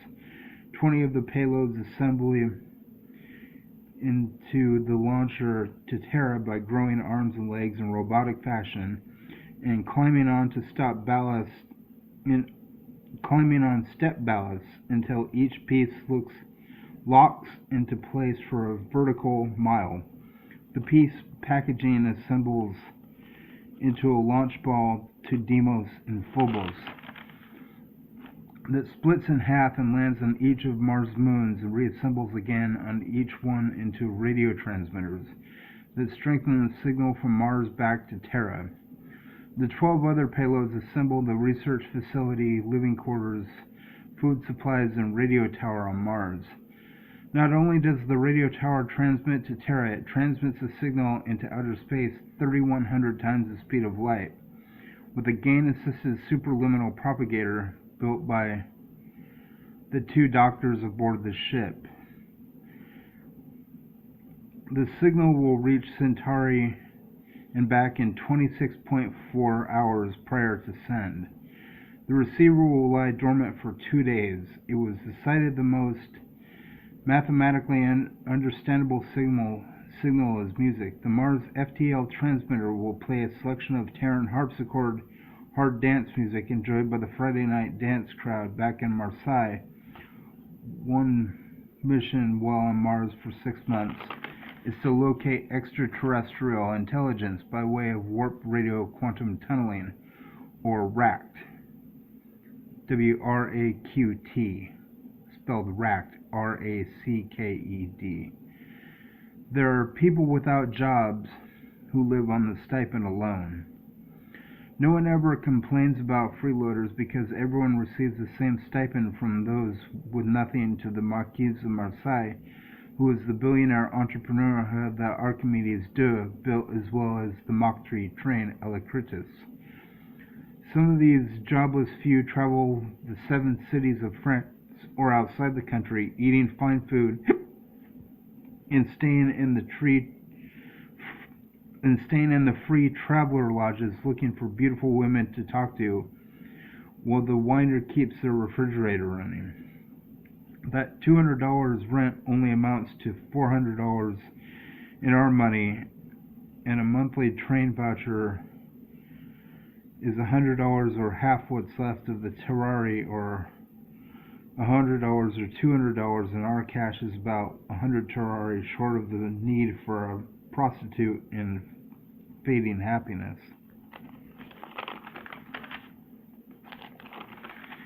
Even with the temptation to not work, only 0.1% of the population able to work, not including children, retirees, and the gravely disabled, remain willfully unemployed, and that is their right.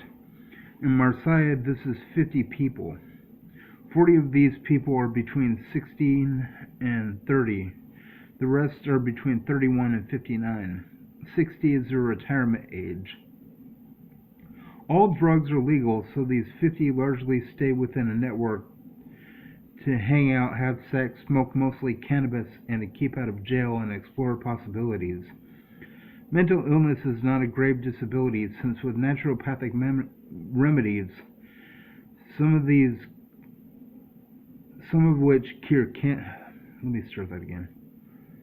Mental illness is not a grave disability, since with naturopathic remedies, some of which cure cancer, a person with neurolepsis, mental illness is called neurolepsis in this world, can almost always, 98.734% of the time, be cured of brain disorders leading to neurolepsis.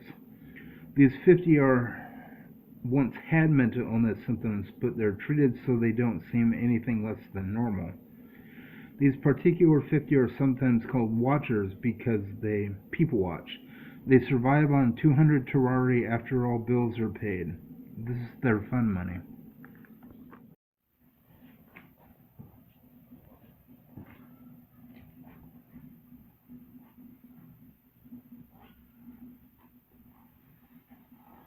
Wound. Part 7.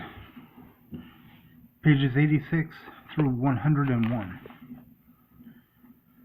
The Watchers complain a lot about being bored and don't do anything about it unless they're partying. The Watchers explore the castle and try to have a good time on a monthly food credit of $4,000 and $400 cash. Their credits are good in any restaurant in France and the cash at any store. The food credits are not good on alcohol. The Watchers contribute a lot of reviews of eateries and activities like sports and arcades over the internet. The internet from French translates to breeze weave, and breeze weaving is the act of using the internet. Most people have no excuse not to partake in delicious French and ethnic food from outside of France. Really, no one has an excuse to not learn how to cook well with $4,000 food credits a year, $48,000 food credits a year, in the form of 2,400 terrari. The Watchers are often artists. Some are pursuing careers in music. To be honest, most of these unemployed musicians are horrible. They know nothing about weaving a beat and a poem together. They don't have the money to hire professionals. They treat women poorly. They act like they think they're cool, and a lot have been to jail from a day to a couple years because they disrupt the peace. Their clothing costumery ranges from literal court gestures in the opposite gender to ancient Greeks and naked, covered in tattoos, which is all legal, though restaurants are allowed to have a dress code. The monks with their long brown fleece robes and flat-billed gray caps aren't allowed in the best restaurants dressed like this, which is where everyone tries to eat because 50,000 Marseillers can afford it even on only the stipend. But even the monks must dress in normal 13th century clothing in order to enjoy a chez Monique, for instance, in that 13th century attire is the same in our lifetime, or timeline. That 13th century attire is the same in our timeline. The monks are really good at rapping. They're the best rappers in the kingdom. Imagine the fastest rappers on earth doing call and response rap in French to a quick harpsichord lute and wooden flute. Rhyming is how Socratic monks spread their message. You take 5 guys and gals and put them on an 18-foot long half circle with microphones rapping 3 pieces at breakneck speed for 15 minutes surrounded by 5,000 people sitting on the floor, followed by 60 minutes of the same pieces slowed 4 times to normal talking speed, and you're in awe about how the dictate of Socratic hasn't grown in 3 centuries. It's behooving, however, there is a cause. The service unwaveringly begins at 6 in the morning. 5,000 Marseillais adherents make the time well religiously. 50,000 are given the Book of Everything Useful, which may as well be a religious text, has no connections to Socratic. It's more of a science text. The book is a hardcover, over 2,000-page tome measuring 17 inches by 22 inches. It contains the abridged scientific knowledge of humanity up to 1200 CE. A new edition is released every 10 years with companion texts every year. The book is often displayed open like a Bible on a raised angled-down ballast made of wrought iron. The book is black as is the ballast, and open to a favorite page next to a tall white candle on either side, which many keep lit from sundown until sunup. The yearly companion is displayed crooked vertical with a slight angle back with book closed. Some read the book from text, but most read the book from the breezeweave. The book is a collection of every mathematical formula in every field of math and science, followed by a brief description in 2 columns and 4 rows giving out 8 formulae per page. It also has recipes for every medical problem with naturopathy. Everyone Pythagoras to Achilles. Everyone from Pythagoras to Alcubierre's findings, though different quantum physicist than Alcubierre. The later equations get the negative energy requirement for a warp drive down from an elephant to the size of a BB. There is an equation relating to time travel to faster than light. Equations describe the contents of the Voynich manuscript and the Antikythera mechanism. The most popular equations are those describing torque and torsion. In a clockpunk society, that isn't surprising, though the biology equations and the equations describing dopamine in relation to adrenaline, cortisol, and serotonin and neurolepsis, bipolar and neurolepsis, schizophrenia are beautiful psychiatric formulae. There's a naturopathic cure listed for HIV, which spread from African exploration. There's talk of bringing the Socratic nucleus up to date with a 10 a.m. sermon, but the vast majority rip the notion as lazy, and science isn't for the lazy. Another drawback is that the monks are kind of rude. Unless you're cheering every Friday or checking out a book up yours, they're quite vulgar. It's not enough that you're a rationalist dogma, you have to be crass to everyone who disagrees with your methodology. The king himself held a symposium for the Socratic monks, and because it was suggested they lower their hoods for their sermon, and after a huddle of all 35 of them, mooned the king of illustrious friends.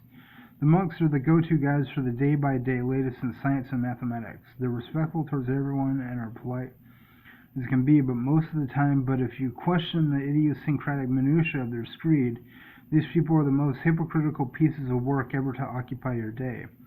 They do allow critiques in their library, probable because the government monitors the library system and books are like a drug to the monks of Socrates. The followers aren't the most objective when it comes to their own piety, even though it is an underpinning of Socrates to remain objective. But Christians aren't exactly the most loving by far in our chronology. It might be esoteric to point out that Socrates would do well to have less Socratics at the bramble. Socrates is an atheistic faith.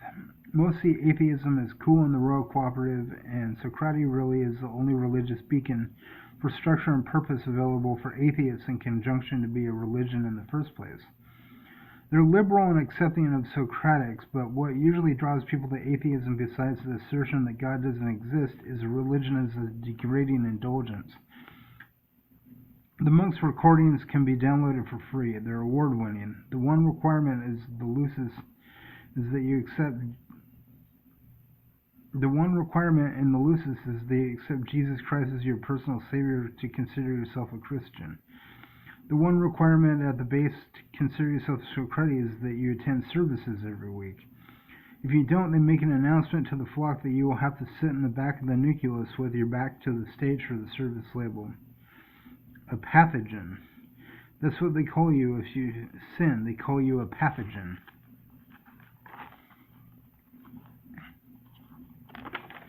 The condescension doesn't stop there. They'll also roll a die with only 1s and 2s every time you sign up for a nucleus activity that day. 1s mean no, 2s mean yes. Everyone sees the judgment, of course, so everyone shares in the silent derision of the pathogen to the philosopher. The philosopher is pretty thinly veiling the word God, though atheist is a term the monks throw around a lot that means friend, which means Socratics as a whole rather than obnoxious unless you're one of the high and mighty. If you're not one of them, they call you a sophist. The Socratics seem to remember how Socrates dies, though they call it the chalice of life, when it's clearly a death cup. There are obvious reasons why Socrates hasn't grown in 300 years. It hasn't shrunk because the Republic and the Trial of Socrates are held up as a book called the Athenian Volume, with the exclamation, "Every book is our book," which never gets read at nucleus and most Socratics don't even own. The Socratic flock gets kicked out of these terse reflections, so it doesn't grow because the people hate religion, and it doesn't shrink because there are people who love being patronized. With the Mars crew done winding up the payloads and assembling everything, the bounce-back signal from Stari has to be analyzed, along with anything coming from the trinary star system, giving care to slowing down the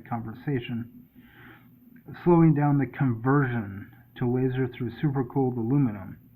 The analysis will take at least a week. There will be a town here soon. Unlike the moon, this town will grow larger because of mining and resource development. Terraformation will be expedited along by a nuclear bomb dropped on the ice caps in order to release oxygen from the ice. The fallout is water and hydrogen. The town has been decided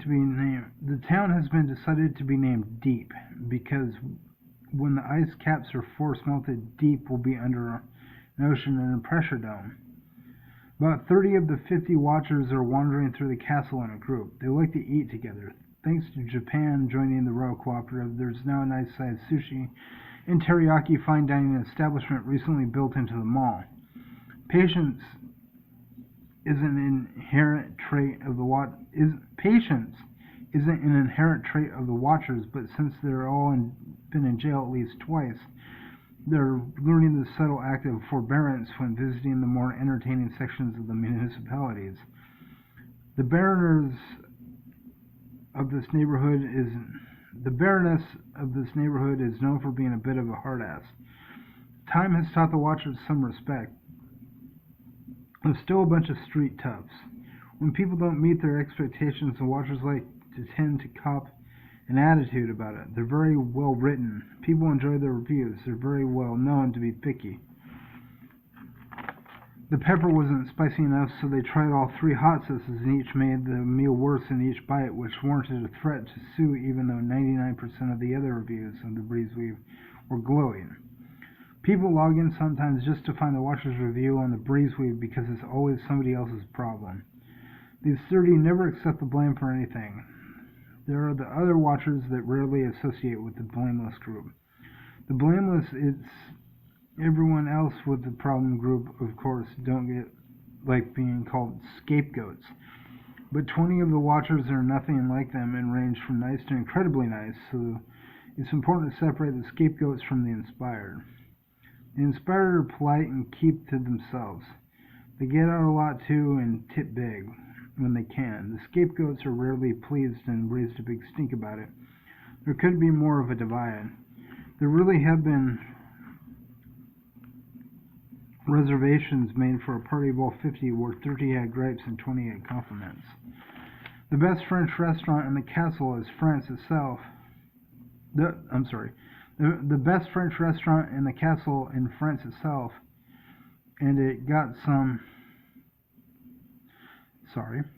the best French restaurant in the castle in France itself, and it got 30 scathing reviews from all 30 of the scapegoats and 20 rousing compliments and an obnoxious to polite split. Scapegoats and inspired don't have much in common other than the fact that they're all somehow friends, probably because the stark differences accentuate their personalities. Today the group is all scapegoats, and if the scapegoats like something, they simply won't write about it. The scapegoats do get return fire for being pathetic. That doesn't mean their snobbiness doesn't have value. The last place and location before this new 13th century sushi joint, Boto's, named after famed chef owner Boto Hamagumi, got shut down because people agreed with them that Oscar's German grill in Delhi had poor qualities from being too rich to undercooked meat. The scapegoats are well respected enough to dress like Dante Alighieri and not be snubbed. The thing that binds the scapegoats is Socratic, where the inspirers range from Socratic, Brahera, sophist, otherwise known as atheist, or anti-religion, Shinto, Buddhist, Hindu, and Jewish. 13 are sophists, and there's one of everyone else. The Socratic are technically atheists, but the term for anyone not religious, even if they believe in God, is sophist. One of the weirdest things for a historian to hear in the year 1200 is classical music. That's because the classical period didn't begin until the 16th century and didn't reach popularity until the time of Vivaldi and Bach in the 17th century. The fact of the matter is that classical saw a start in this tangent timeline in the 7th and 8th centuries, long before Charlemagne was the Bernie Sanders who won after the 6th through 7th century Greco-Egyptian Renaissance, ushered in a more established and often fast-paced handheld stringed instrument style, like we saw revolutions in harpsichord and piano, to Today in Europe, the harpsichord is over the piano in importance and is most often played more rocking today as a suitable answer to heavy rock in 2017. In our timeline, the harpsichord is relinquished in most people's minds to classical music, when in theirs the harpsichord is more beholden to a style like rock and roll. In their timeline, the classical in the style of Bach, Beethoven, and Mozart corollaries 900 years before they existed in our world was driven by the harp and lyre over the harpsichord and piano. Their version of rock and roll is spring and gear, or sometimes just spring. The particular style today is hard rock, like they call it fight spring music. There's very light harp, lyre, and lute music playing at Botos so as not to disturb the waterfalls against the three stringists playing the agial in answer to classical music.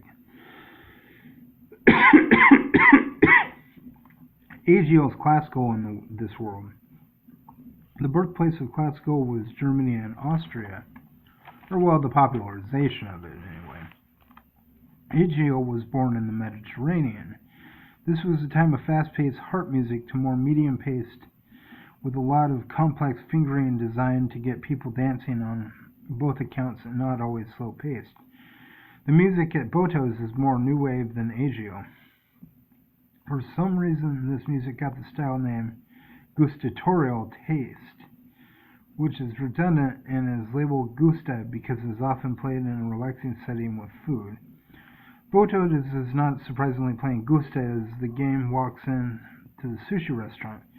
Sushi is often plated with ceviche and teriyaki, unlike in our world. The noodles are almost always served with a basil, tomato, or cheese sauce. The Japanese and European styles have blended over 100 years. Altogether, it's called sushi. It's just different. The aperitif is often a small minestrone soup with a miso soup base. A fried piece of calamari is on the side with a wasabi basil dipping sauce.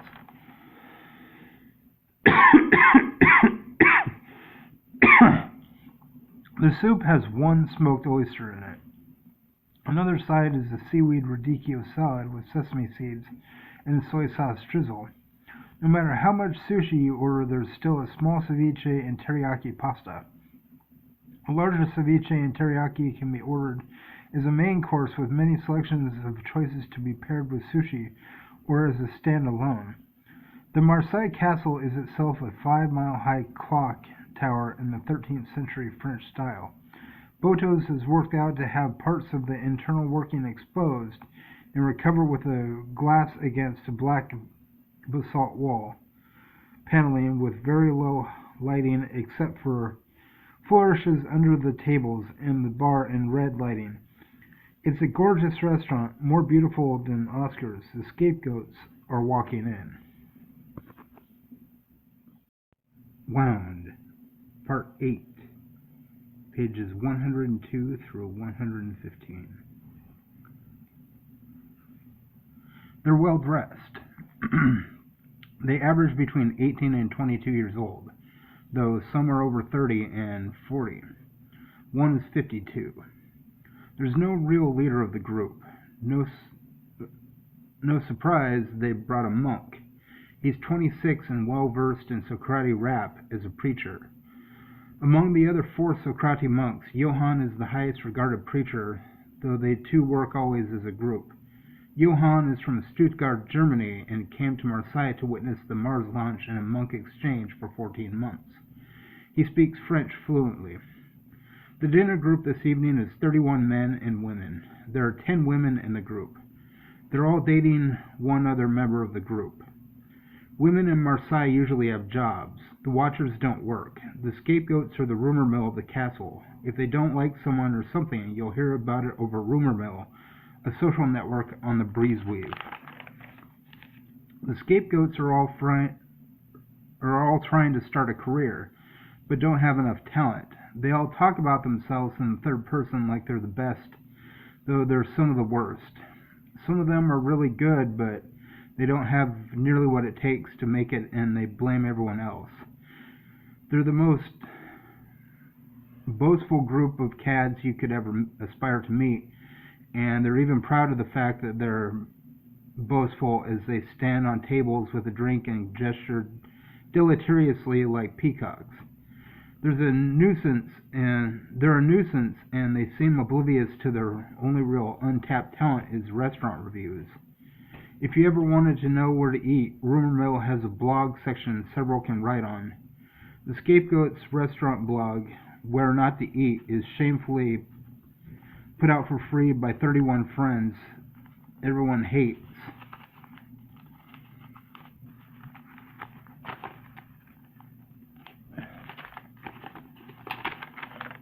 Aside from the erudite blog they put out is unsurpassed. The angle is they either like the food or talk trash. They dress nice and all wear flat-bill baseball caps. Somehow the flat-bill is around in 1200 CE when the vast majority of clothing is 13th century France. The cap is worn forward, backward, to the right. The hat worn conveys different meanings by being worn at different angles. Right means agreement, left means disagreement, backwards means uncertainty, straight and forward means pride. They really are a bunch of clones. There are roughly 2.5 dozen scapegoats in the 7 castles of France, giving us over 100 of these obnoxious twits who somehow are the hottest and most intelligent writers on Terra. Their 8-table group at Boto is already bad enough to bother, and they're being pampered for it. That's the end of that first pamphlet, so we're going to the full book here. In that one, it was a little strange because I wrote on one page only and then went backwards and wrote on the other side of the page, but this one's more conjunctive. It just goes from one page to the next, one, and then 2 is on the back of the other one, but it starts with 105. And common sense, common names in France at this time are Charlemagne, Socrates, Aphrodite, and Terra. The scapegoats hate the name they were given, scapegoats. They don't call themselves anything. They're not really the fly-off-the-handle type. They're more the supple and word disagreement type. They act important. They lack in subtlety what they make up for a lack of charm. They laugh big and mock things. They say what, even when after 2 repeats. They say what, even after 2 repeats. They're annoying. Some of them have gotten the group kicked out of after getting buzzed on alcohol by jumping on tables to mock someone who complained to them for being loud while eating. They're all trying to be less ill-mannered.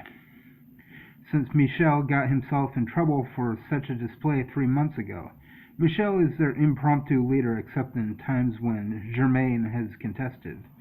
This is their first outing together since Michel was released from 3 months house arrest for tipping a table. Michel has had 2 prior offenses. In one, the previous offense, he threw a drink across a room to nail a guy telling them to stifle it. They do fly off at times. He was caged for a week. The offense before where he was caged today was for spitting in the face of a waiter for bringing him a crispy duck breast without a tzatziki sauce promised by the menu. Even with the obnoxious behavior today, they're currently more subdued than usual. Another customer asked for their reservation, and the goats were happy enough to oblige for the sake of Michel. Germain and Colin have remained busy talking with Colin's girlfriend as well, Teresa, instead of scoffing at Michel and his lame attempts to rap at the bereavement of Lucretius, the resident monk.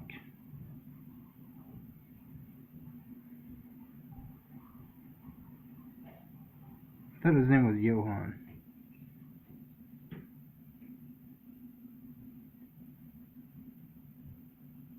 Interesting. Seems like I changed the monk's name. So the monk's name is either Michel or I'm sorry, that's someone else. The monk's name is either Lucretius or it is Johann. So I'm just going to keep reading and we'll correct that later. Because as I'm reading this, somebody's taking this down on Google Documents. And we're going to get it into a book, whether it's like 100 pages or whatever it's going to be when it's all printed out. We're obviously over a page 106, but when it's all printed out, it might only be 150 pages, so it's going to be a novella or a novelette. So, Elena feigns interest since she's sleeping with Michel. Elena secretly has a thing for Colin. Germaine secretly has a thing for Elena, which is the apparent source of the conflict with Michel. Alarmingly, the goats pay the bill without a single arrest or dissatisfaction survey. All 8 tables were pleased with both the meal and the service. Boto's was a hit. No one will know Boto's was a hit because What Not to Eat only publishes reviews of restaurants they hate. They may not like the name, but the scapegoats really are jerks. The elevator at the top of the castle climbs to the top of the 1,500 stories in 60 seconds, which means it travels over 24 stories in 1 second. We'll have to do the math on that, because I think I did it, but I'm not sure if I did it right, because I have a side note. That's 5 miles from top to bottom. The whole thing uses a track rather than a cable system. It's a magnetic levitation for the entire ride. The elevator reaches the top speed of 270 miles an hour. Again, we'll have to check that to be sure that that's mathematically correct. There are 100 apartments per floor. All of them are 2-bedroom apartments. The castle has 50,000 people living in it with 100,000 total apartments within it. Naturally, there are families that share an apartment. The apartments are on the top 1,000 floors. The bottom 500 are dedicated to the numerous facilities of the castle, including Boto's. All 31 of the scapegoats and resident monk Johann, see, Johann, but not Lucretius. So we might have to make his full name Johann Lucretius.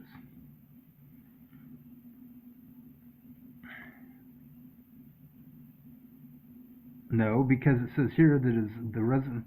All 31 of the scapegoats and resident monk Johann Alois Ludwig from Stuttgart, Germany, on exchange to study the aspects of the Mars journey as news breezes into the weave.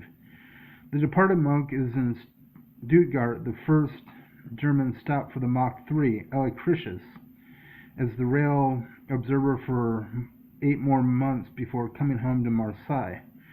Monk Marcel and Tante Pratriel and monk Johann are both on exciting missions, sure to construct bombastic raps about it at the nuclei.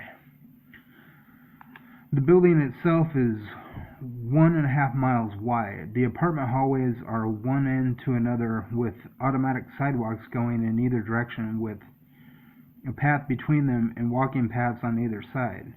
The only way to fully grasp these apartments are that they're fitting a Fraser crane.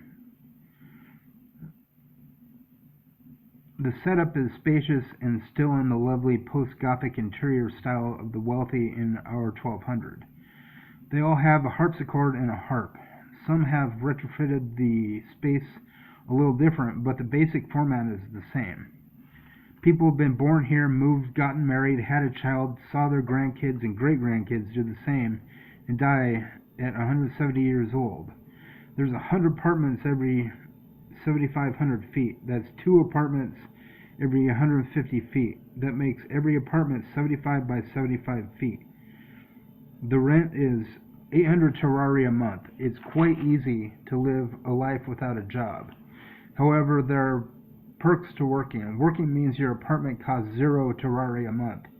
You get to learn things. You'll explore for free. You meet people. None of that matters to the scapegoats. They'd rather complain. People make excuses to not see them. The goats would rather fart loudly and laugh about it. People don't matter to them. They only find joy in being offensive and then whining because they feel their rights were violated when someone had the gumption to protest. It's a real surprise tonight went off without a hitch. They're well-spoken enough to know better. They just don't care. This evening was peculiar. The Stellarnauts picked up a mathematical signal this morning from Proxima b that wasn't Terran or from Mars. They translated it into a harp movement and it played like gooseberries baked into a butter pie crust on a Saturday a.m. In other words, they picked up a musical signal not their own from whatever was playing, a melody to them 4.2 light years away on a Centaurian and quite alien planet, but for the hauntingly gorgeous concerto in A minor leaking into space after the Stellarnauts pumped out some of their own harmonies with the gain prop transmitter to 26.4 hours ago. There's now conclusive proof. Intelligent life beyond our own solar system exists.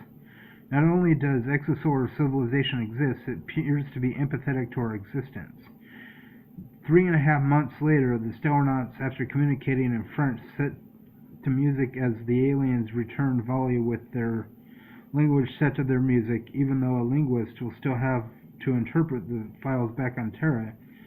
It happened again. The French Stellarnauts received the musical signal from Kepler 186f as well, and soon it was all three otherly world species begun civil discussion without a clue what the others meant, except Proxima b and Kepler 186f knew each other and were awfully excited that we knew of the other in the exchange after we sent files of each conversation to the different species in the dialogue. It was an interesting 6 months that put Terra into a state of awe. We now have a confirm of 2 exosolar civilizations.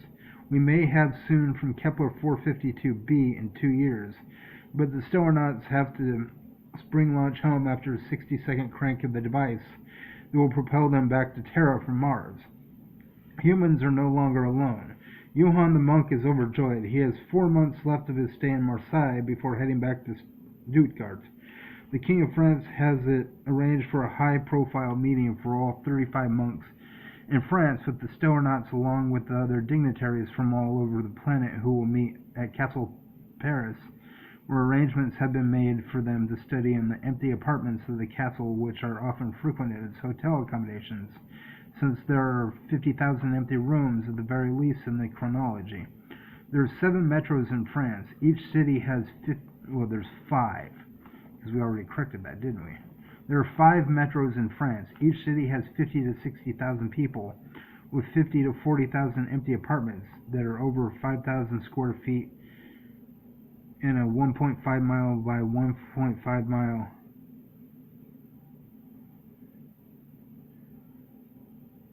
supported by an underground ballast 5 miles high castle that looks like a 13th century French clock tower that easily lends to Leavenworth, Washington, as mentioned before, but out to the Frankish tradition following Charlemagne.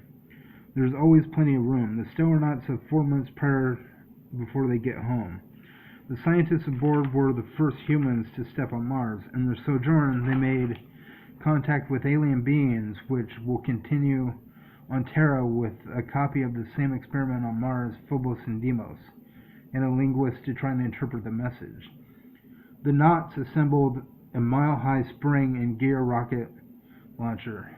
The doctors aboard are returning home heroes. The message was left abrupt by allowing the aliens to have the last word. Curious and concerned is how the new friends have to feel in order to set up for an apology in the Terran pickup game. Once the linguist is secured, whom will talk over music so the exosolars know it's us, after she descrambles the alien tongues into French and knows what we can do to follow their communication. The next door beings only appear interested in messages faster than light. The messenger will have to be increased in speed to only half a second delay between us and them. In 4 months, all that will be accomplished back at Castle Marseille, from Pythagoras University and from Planetarium Spring and Gear at the Terran Space Base, which has the launcher stretching 5,280 feet into the sky. The Mars crew will touch down at the landing pad with the self-driving rocket steerage system aboard Archimedes II, located beside the Marseille launcher.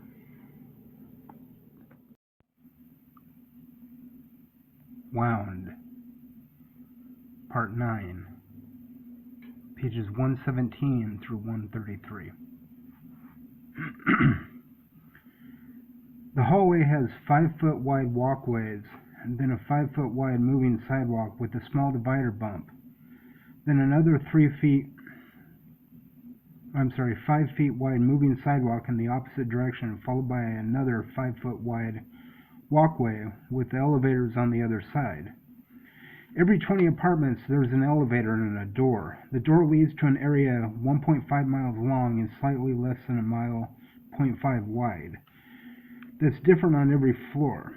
What can be said is that Pythagoras University, 5 sports arenas, various parks, recreation, research, a massive mall, a hospital, manufacturing facilities, a flying car garage, literally anything you would need to find in a fairly sufficient city, including restaurants, their version of NASA, warp development, pet services, office space, grade schools, high schools, a planetarium.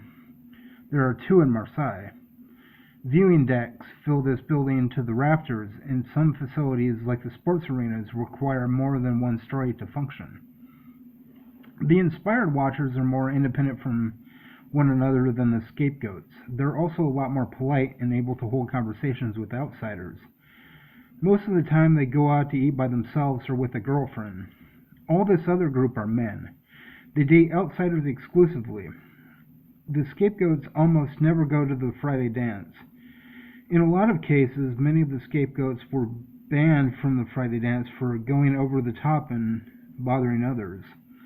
The scapegoats prefer, in majority, drum-led music set to rap with beatboxing. The Friday night is harpsichord, lute, shawm, flute, and rim drum with a harp sometimes. Spring and gear music we can hear is heavy, fast-paced rock. Not the scapegoat's cup of tea. The other watchers are more humbly drawn to spring and gear, rock-esque music. It's the cool music rather than the mainstream pop of drum and box, which is more like hip-hop. As luck would turn out, as the gang leaves Boto's Sushi and Ceviche, the next watchers group comes out of the lobby elevators. Because it's Friday night, the one time these 20 who are at least 35 as per the rules travel in a group on the regular to meet 16-year-old women as per the rules. This is the first time they have considered the dance because of the breezeweave dating sites, which hasn't worked. They usually just go out to eat and find fair it is, or it's a night to sulk, which wouldn't be productive. Might as well try at the Friday night harpsichord dance and grab a turkey leg. This is the 13th century, you remember, when you think of the jousting contests. No jousting here. You do see the 1200s and the people, especially out here in Marseille, with the state fair cuisine and atmosphere on the square mile 0.5 paddock behind the square mile Castle Marseille, shooting 5 miles into the French heavens. 10 guys between 35 and 47 are by law required to only start relationships with women between 16 and 25 years old, and must have forgot that the government hemorrhages money into this dance every Friday because of the telomerase. These dances have been going on for 4 years, since 1196, the year the king turned 35, though science was pumping telomerase knowledge since the king was still a duke, 7th in line for the throne under unrelated candidates, since nobility is an elected position.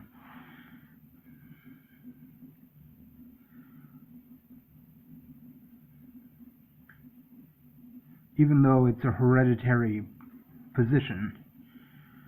The people voted for the dances and the change as willingly as Washington and Colorado elected to make marijuana legal in our 2015. Some people still haven't let it all sink in that 16-year-old women are as compatible with 35-year-old men as 33 American states considered this a legal relationship in 2017. One of these dances is where King Reginald met Queen Beatrix last year. I know. One could get the false impression of marijuana too outside a legal state like Washington. It's legal, it's fun, it's sponsored by the government. It's rock out harpsichord dance every Friday night that's more like Rob Zombie than Beethoven. Our heroes are in for a surprise. These women want to get married, which they denote with hot pink shorts, white puffy night shirts, short sleeves and cut down to the middle with a cleavage showing in a world that has a Mars launcher and never saw a need to invent bras.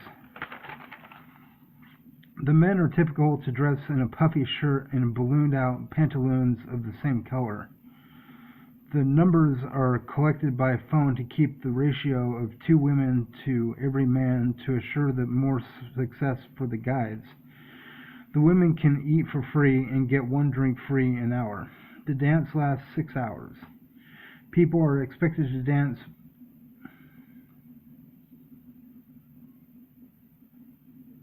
rather than focus on the band.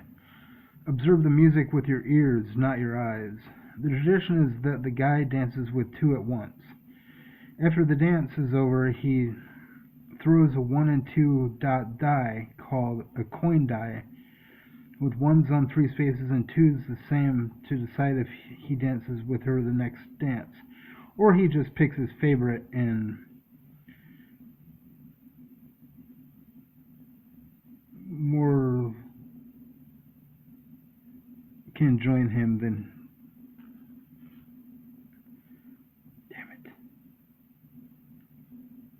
or he just picks his favorite and more can join in to try to defeat her. When he's ready to go, he picks his favorite and buys her dinner on Saturday, and she's expected to buy the dinner for him on Sunday. After Sunday, they continue seeing each other, if they're matched in their minds. He's supposed to pick the one he wants to marry and continue a courtship a couple weeks before they have sex. This kind of way is a mix of traditional and modern.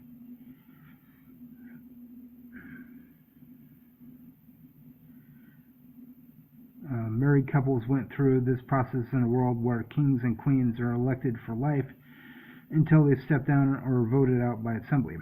The dance gets the ball rolling and is always there in case the people need it. 5,000 Marseillais attend Dance Marseille a week. This is a religion to some people. It's of the literal a big dance. There are more women than men. This is how the government helps the lonely find a mate. The government cares. It should. The people control it. The nobility give it class. The royal cooperative government works because the people can log in at any time to see the propositions set forth, and at any given time within 24 hours, the people can give these decrees a yea or nay decision. The Senate consists of 7 people from the city of Marseille, including the Marquis and Marquises, 3 barons and 2 baronesses, all of whom serve until abdication, removal, or death.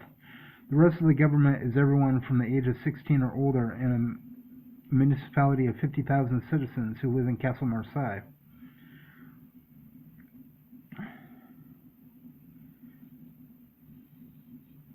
$5,000 of which are at this dance tonight, where 10 people without jobs receive a stipend like anyone and want to meet their future wives tonight. 3,532 of whom, by law of the 5,000 allowed in each week, are some of the hottest women in Marseille, which by law decrees that the women must be between 16 and 25 years old, while the 1,778 men allowed be in the 1,778 men allowed must be men between 35 and 55 years old, like our 10 watchers on the good side of things about to experience firsthand as a feeding frenzy for their semen choked with sweet, naturally aged telomerase, optimizing baby-making offspring DNA, enhancing telomerase. Did you bring a 2-sided die? You brought a 2-sided die, didn't you? Don't worry, I brought a 2-sided die. Let's dance. And like that, 10 men from 35 to 47 years old were dancing with 10 young women who were between 16 and 17 or close to 20 years younger and into our men. After 14 months in space, the Mars crew have returned home. While returning, the linguistics time at the Marseille launcher was the linguistics team at the Marseille launcher was able to translate the messages from the respective Proxima b and Kepler 186f. They were also to increase the speed of the signal by 10,000 times and give an audio readout from the 0.5-second displacement into the past, since negative t equals d over c multiplied by x greater than 1, from faster-than-light equations to backwards in time. From faster-than-light equating to backwards in time. That discrepancy is all accounted for and negotiated. We now have real-time communication with the aliens. It seems presumptions are correct. Proxima b and Kepler 186f are friendlies. They said there are more like them with warp capabilities, but they wait for lesser evolved species to demonstrate to them faster-than-light technology before they give response or even uncloak slower speed intelligent frequencies. They mention that there are close civilizations with less evolved communication technology than humans. There's another planet like Terra around 1,000 years less evolved. There are Neolithic planets. There are worlds with life and no intelligence, beyond trees with different chemistry. They hope to hear from us soon, on Proxima b and Kepler 186f, not to mention Kepler 452b and several other worlds we've been telescoping in a 3,000 light-year radius for 50 years without so much as a signal from Terra-familiar habitat area planets, thanks to the cloaking from our protective new friends out there in outer space. Proxima b and Kepler 186f are the same level of development. Their cultures seem to bleed together. Proxima b developed a warp ship first that had no means of communication faster than light. Guess what Kepler 186f had? Kepler 186f had faster than light communication without a warp ship. Together they both had the veil dropped by greater civilizations that soon brought them into the fold. Now there's a league of many worlds in the celestial neighborhood of Terra who have a peaceful exchange and a loose cooperative with many planets like Terra on world with the Roico and the Royal Cooperative. There are some interesting descriptions of their two species. The Proximas are the size of small ants. They were very pleased to learn of the Terran warp program. They also sent a way to speed it from 15 years to 2 years. Even though they could just come to Terra, they want Terra to come to them. They have sent a signature to reach them with a holographic video transmission. From there, they will tell Terra how to get to Proxima b with a warp ship in about a week. Their planet is called Quorlaqua, Qurrlqa. They evolved from a lesser species that is a mix between a type of cat, a type of apple, and a type of rotifer. They have 3 eyes like spiders, one type of arm that's a bendable ring as a hand, and another that's no hand until it opens like a cuttlefish set of tentacles. Their bottom half is like a flatworm. They have lion manes. Kepler 186f is called by their people Herc or Issel, HRK or SLL, ISL, HRK or ISL, because there are 2 species that cannot mate together. They share power. One species, Herc, are a blue bear that can turn inside out into a red turtle. The other, the Issel, are fully plant, except they look like a hawk mated with a raccoon. Both species are in love with each other, though they cannot have kids. Reaching their planet with the Quorlaqua shared by Herc Issel will take 2.5 months. Terra will have Holovid reach within 2 new worlds at the end of the month. The Good Watchers didn't expect to be so welcome, but here they are on Saturday night, and 10 formerly girlfriendless men are following the ritual by buying 10 beautiful, interesting women dinner at 10 restaurants around Castle Marseille, whom are about to half their ages. The government wants stronger DNA in each generation to follow. This pattern is what was discovered by the telomerase peaks when the progesterone peaks, and also the fact that younger women have the capability of giving children stronger DNA as well as older men. Both enzymes are responsible for giving offspring stronger DNA. The women peak at 16. The men peak at 35. The progesterone gives a 16 to 25-year-old window. The telomerase gives a 35 to 55-year-old window.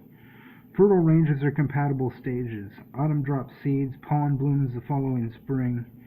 Now 20 are having dinner out and having a shockingly indiscriminate, remarkable time.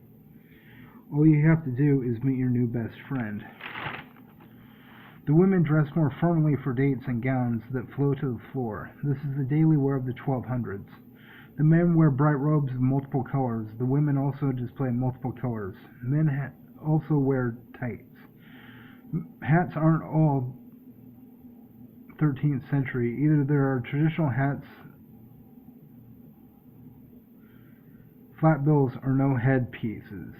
Hats are typically a hoodie matching the robe or dress. Tights aren't worn often. In summer they wear a puffy peasant shirt with shorts, both sexes. Cargo shorts are very popular. There's a hat they do wear for semi-formal occasions. There are no peasants in 1200 AD in this timeline because their royalty is elected and they have a direct democracy through the breezeweave, which is synonymous with the word internet. Everyone is the same class and the wealth is shared by order of the subjects, and every Terran king, queen, prince, princess, all the way down to the line elected to office in the Roy Code. This is a robe and gown high society. Everyone is in a robe and gown 7 days a week, whether they're working 32 hard hours or it's the 3 days off mandatory with Friday considered the weekend. Children go to school Monday through Thursday and are learning bits of arithmetic, algebra, geometry, trigonometry, calculus, and modular functions in school from age 3 to where they have a firm grasp of math from 1st to 15th grade. Preschool is year 1 and 2. Kindergarten is year or grade 3. They learn on the computer and do not cheat because to them math is fun and taught with math history, language, social studies, history, art, science 4 days a week instead of playing even before recess. There's an hour of yard even though grade 15. There's an hour of yard even through grade 15 because connecting outdoors is prominent even at 18. There's no snow and rain in the indoors Castle Marseille or any castle superstructure. The love for generations is still spring in gear. Drum and box is not as cognizant as it is in our temporal. Spring in gear unites generations. Drum and box is more the Socratic amongst the sophist majority, and the rapping is entertaining. It's just not all in everyday music for the subjects as per the pools on performance. Spring in gear attracts 5,000 a week to the Friday amusement. Drum and box concerts barely rake 1,000. Drum and box clocks in people once or twice a month, while spring in gear drops the gauntlet 52 nights a year, right down to the hairstyle. It's 800 years ago, and these people will crank gears to a spring for a week-long trip 2 years from now to meet the Quorlequois Herk-Issel delegation. Our 10 courting couples largely dance with each other to speed metal played on by the harpsichord. Our ladies taught the guys about the dice game. Imagine if Vivaldi was playing the hits of metal act Tesseract and 16-year-old girls wanted to dance with 35-year-old friend group. With your 35-year-old friend group. That's every Friday in the kingdom. Now one of 10 couples newly farmed are eating a $160 steak dinner for $8 in a building 9 times any currency on Earth. Or 9 times any currently on Earth. Eating a $160 steak dinner for $8 in a building 9 times the size any currently on Earth. 1,500 stories high after having made contact with 2 exosolar civilizations. Ancient Greek male names are very popular for girls in this generation. Her name is Praxiteles. She's 17. His name is Henri. He's 37. This is what the dance does. It brings people together. It unites generations. The government gives them more food money than needed. This is to start people off right, with time to think about what's arguably most important. Wound. Part 10. Pages 134 to 151. People can't support a kid on what amounts to $400 a month, even with food. Fathers need jobs. Mothers can work. The critique is that one parent should stay home. That's why college is free. That's what taxing the billionaires 80% and the rest 50% pays the society to do. It takes an education to raise a family with a kid to adulthood. This is why only 50 able-bodied adults under a retirement age don't work. The gig is to encourage them by giving them everything they want so they can do something important to get what they need. The dance makes people want to work because if you want that baby, you're going to have to prove it to the government of 50,000 living in places like yours who went out there and proved they wanted that kid. You can't keep it until you're going to earn your keep. That's how dances go on and on. That's the old Tarari tax at work. Two people are enjoying steak. Young women are eager. Daddy has to be perfect. Baby needs that strong DNA. Everyone dies. Not everyone truly lives. The 13th century is going to need stellar knots, aliens to greet now. We need writers and artists. Terra needs diplomats. We need astrophysicists. We need temporal physicists to design the ships and to understand alien technology. We need tree fellers and hemp fellers on the indigenous continents where we grow our wood and grass. There are jobs that are fun and interesting, more so than being a subtle watcher. There's girlfriend potential in Praxiteles after that speech. She gets turned down a lot, but Henri is actively listening.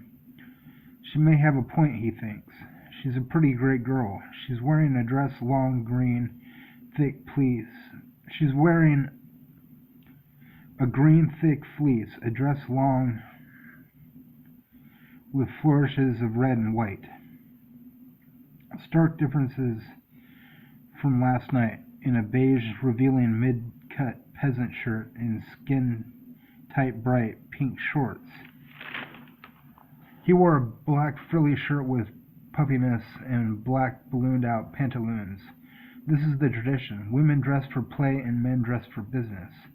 Tonight he's wearing a red robe with flourishes of green, blue, yellow, and white.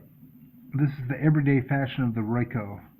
Warp drives don't change clothing styles. The date seems to be going well.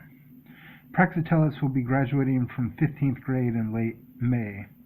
She's going to Pythagoras University next fall. She wants to become a nurse. Henri is only interested in her.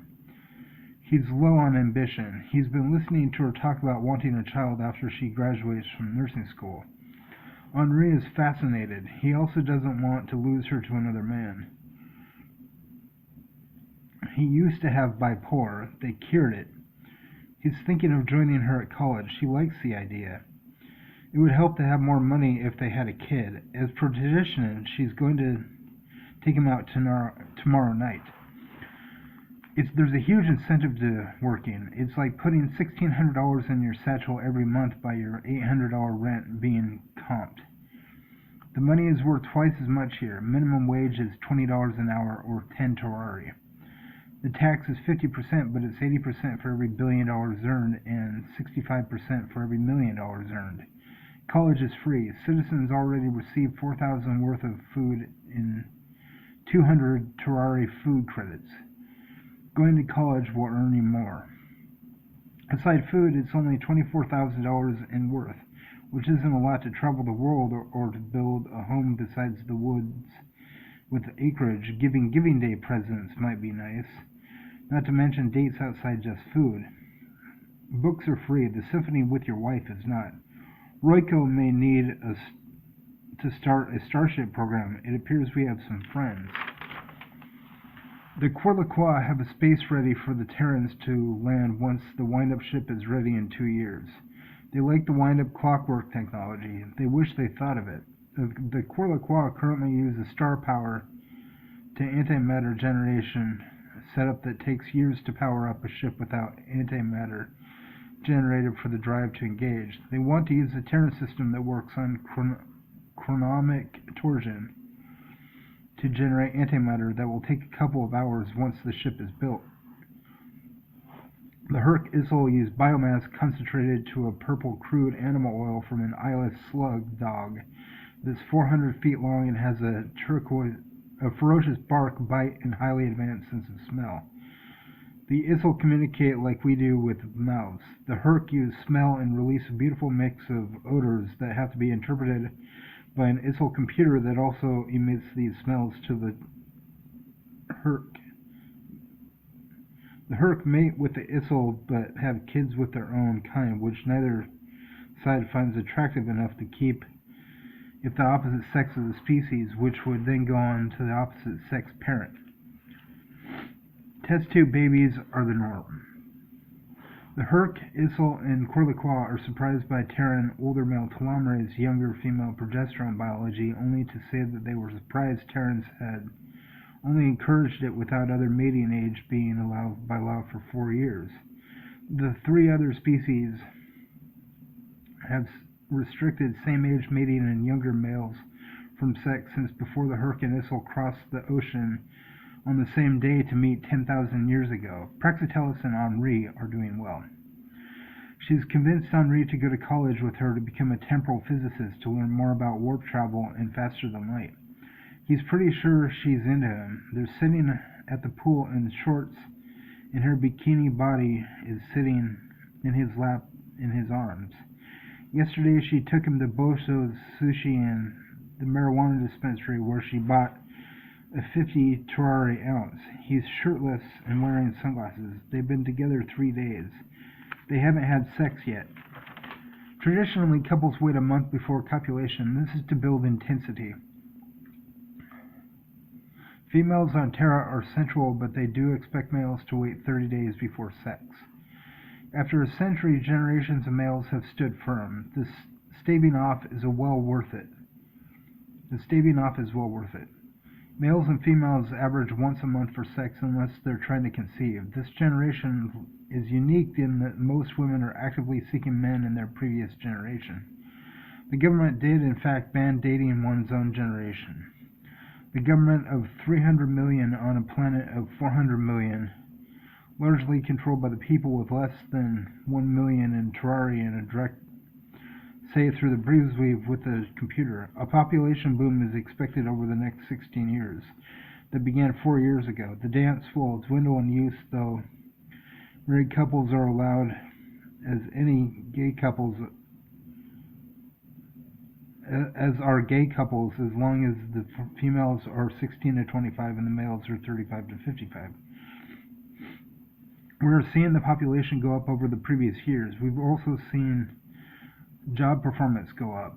The previous Watcher tally was 100 2 years ago. People who can work and don't is going down. Pythagoras University is seeing more people between 18 and 40 enrolled and attending.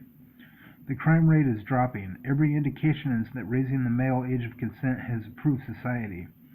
As for the 10 other guys who have found girls, well, this pool has 20 lounge chairs and 10 of them are occupied by 10 couples. Everybody in their life needs to experience what it would be like to lead the show as a spring and gear stellar body. Day 3 is mighty fine. Praxiteles kisses Henri on the cheek and jumps in the pool. She comes up, smooths her hair back with her eyes closed, and dribbles water out of her open mouth. She looks like the 21st century when just one short day ago they all looked 13th in the 22nd. Damn nice culture. The scapegoats are bored this Monday afternoon. They're all back to broken up. The girls are all seeing guys with jobs. That leaves 20 scapegoats and 10 inspired without girlfriends. The single are merely dubious and oblivious. The scapegoats are merely oblivious. Drum and box isn't pulling the females like it used to. The problem is that the spring and gear doesn't pull the scapegoats, but the facts are what the facts are. Either complain and stay home or leave the comfort of drum and box for spring and gear. Could harp and lyre it out by attending the orchestra performances of Agio. Could enjoy the new age stylings of Gusta. The wise motif here is to get the spring and gear before drum and boxing into a lonely grave. Damn this planet. They're not especially fond of being called skanks and hookers by irresponsible nitwits with no inclination to improve their life. The whole lazy guy syndrome pretty much died out in the 12th century when vehicles ran on roads powered by a 3-hour spring that's quadrupled with static electricity boosters and titanium springs and gears, and spring and gear music was coalescing from the spring, which we would call the blues, and gear, which we would call the country music, coming together as the pastoral areas came right up to the municipalities in the multiple chateau era as Charlemagne Edel from gear, also country music,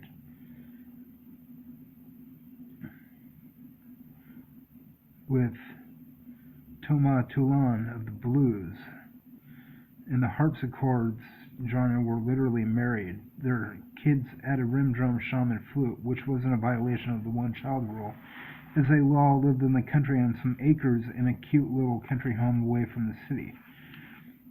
Poignantly, spring and gear was about equality and always had been loved by couples more than any other for over a century, spawning many more subgenres than our rock and roll. In this world, musically, guitars and pianos never really took off. Country and blues musicians all began playing spring and gear. Spring musicians and gear musicians saw little reason to play music that soon attracted no one. Jazz was called crank. Classical was called agio. These older styles stayed experimental before incorporating spring and gear into where the music stands today. Drum and box largely stayed in Socratic and with adherents in a dying religion, seeing Friday night dances, dating on Saturday, and sleeping in on Sunday. No one wants the humiliation from monks. It's better to be sophist to the atheist religion. It's a fault line in the atheist majority, only filled by the increase in dating from sex hookups going among municipals in the Royal Cooperative. Rarely do people hook up for sex anymore because the lack of intimacy and longevity was proven to cause low levels of dopamine, leading to depression. After a while, they became tired of lust being given modus operandi over the much more complex feeling of love. When society began to mature, the rates of suicide saw a decline. There is now an ardor of women to make the first move stimulating a reasonable enticement of men who, over the decades, have ill-equated acquiesce into becoming much more sublime. Even new couples are likewise romantic. It's a social dance even beyond Fridays, when the equation of sex is staved off, but the idiosyncratic melange of behaviors, even as far as cuddling and kissing, remain. There's a noted increase in happiness without the neurons burning out like an addiction. Men and women respect each other, and those hypocrites that do not follow the niceties, the wellspring of hate burgeons into paroxysm. Every floor has over a square mile on the other side of the elevator that opens up with a dual-sided elevator over a door to the horizontal. The automatic sidewalk travels at 10 miles per hour by your voice activation. In the mile, it's a bit like a mall on every floor with gourmet restaurants and quality shopping. No floor is the same. Floors have a wildlife preservation of robotic dinosaurs. One floor has a museum of flight. Two floors contain Pythagoras University. One floor has an old-fashioned town from when ironsmithing made farm tools with a real woodworking farm. Or not woodwork, with a real working farm. Another floor has a hooker ranch and burlesque shows with other sex-based shops, from lingerie to videos on VHS for that early feel. This other floor is candy manufacturing, ice cream churning, donut baking, and things in the diabetic vein of sickly sweetness. One floor is a butcher using old-school ways of cutting the meat recycled from the gray sludge. One floor prints a newspaper and magazines those into the ancient method of media print. There's 1,000 square miles of something that make up about the area of Luxembourg, though less than Rhode Island. Every city in the Road Cooperative is a major tourist trap. The Quorliquois have a population in the trillions, on the planet smaller than Terra. The Herc Issel, 12 feet tall and have a population of 8 billion, but also live on 2 worlds they terraformed in their star system. The Quorliquois are carbon-based and use liquid methane instead of water. The Herc Issel are based on potassium and chlorine gas because the fluid in their veins is a gas. Terra is about to surpass both Quorliquois and Herc Issel use of technology that is not as efficient as torsion. Stellar or solar runs Quorliquois, and Herc Issel is faunal biomass. While we do not have a warp drive yet, chronometric torsion produces antimatter faster than either world.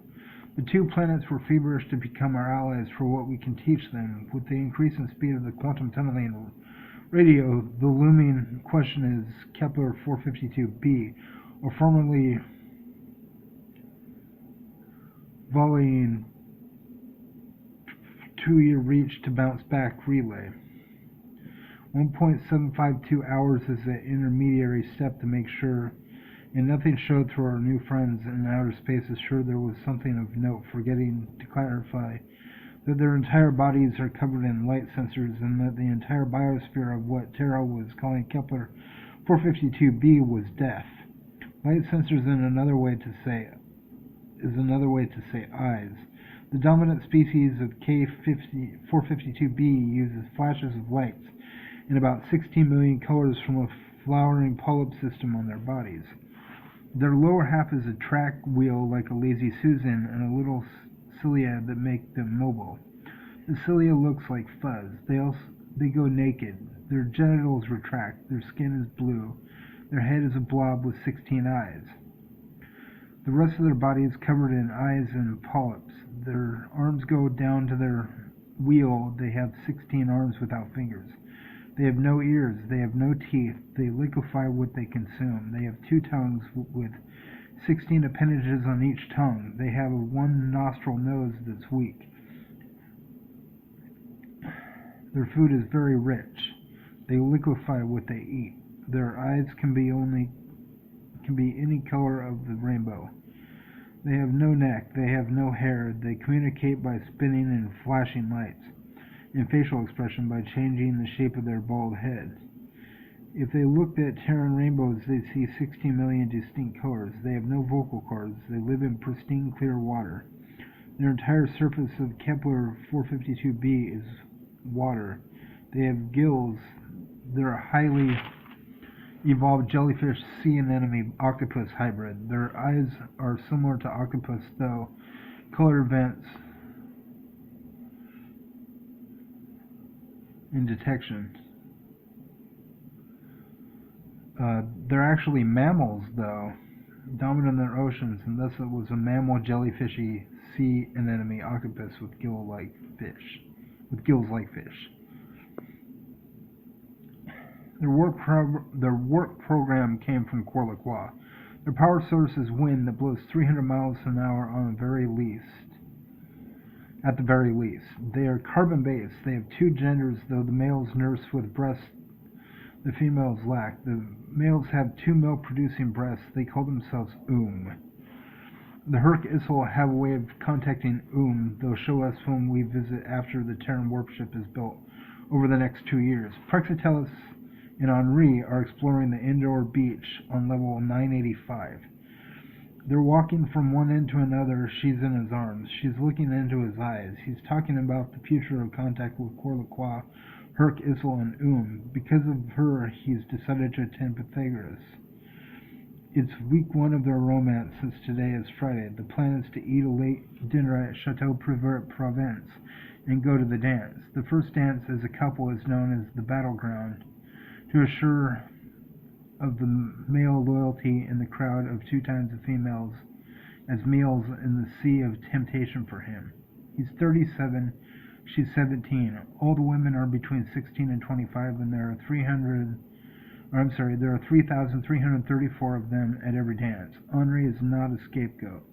She's not giving him up without a fight, and Henri is a pacifist, neither being or seeking violence. He's also stern, though warm-hearted. He's not giving her up either. The consciousness is known from this vantage perspective. These two are going out. He's going on about and how their technology is similar to Terra, by using wind power to turn a crank, while the Terran infrastructure utilizes hand-based torsion. Has more space for wind torsion, which is stored rather than released over the temporal of 12 hours like a timepiece on Terra.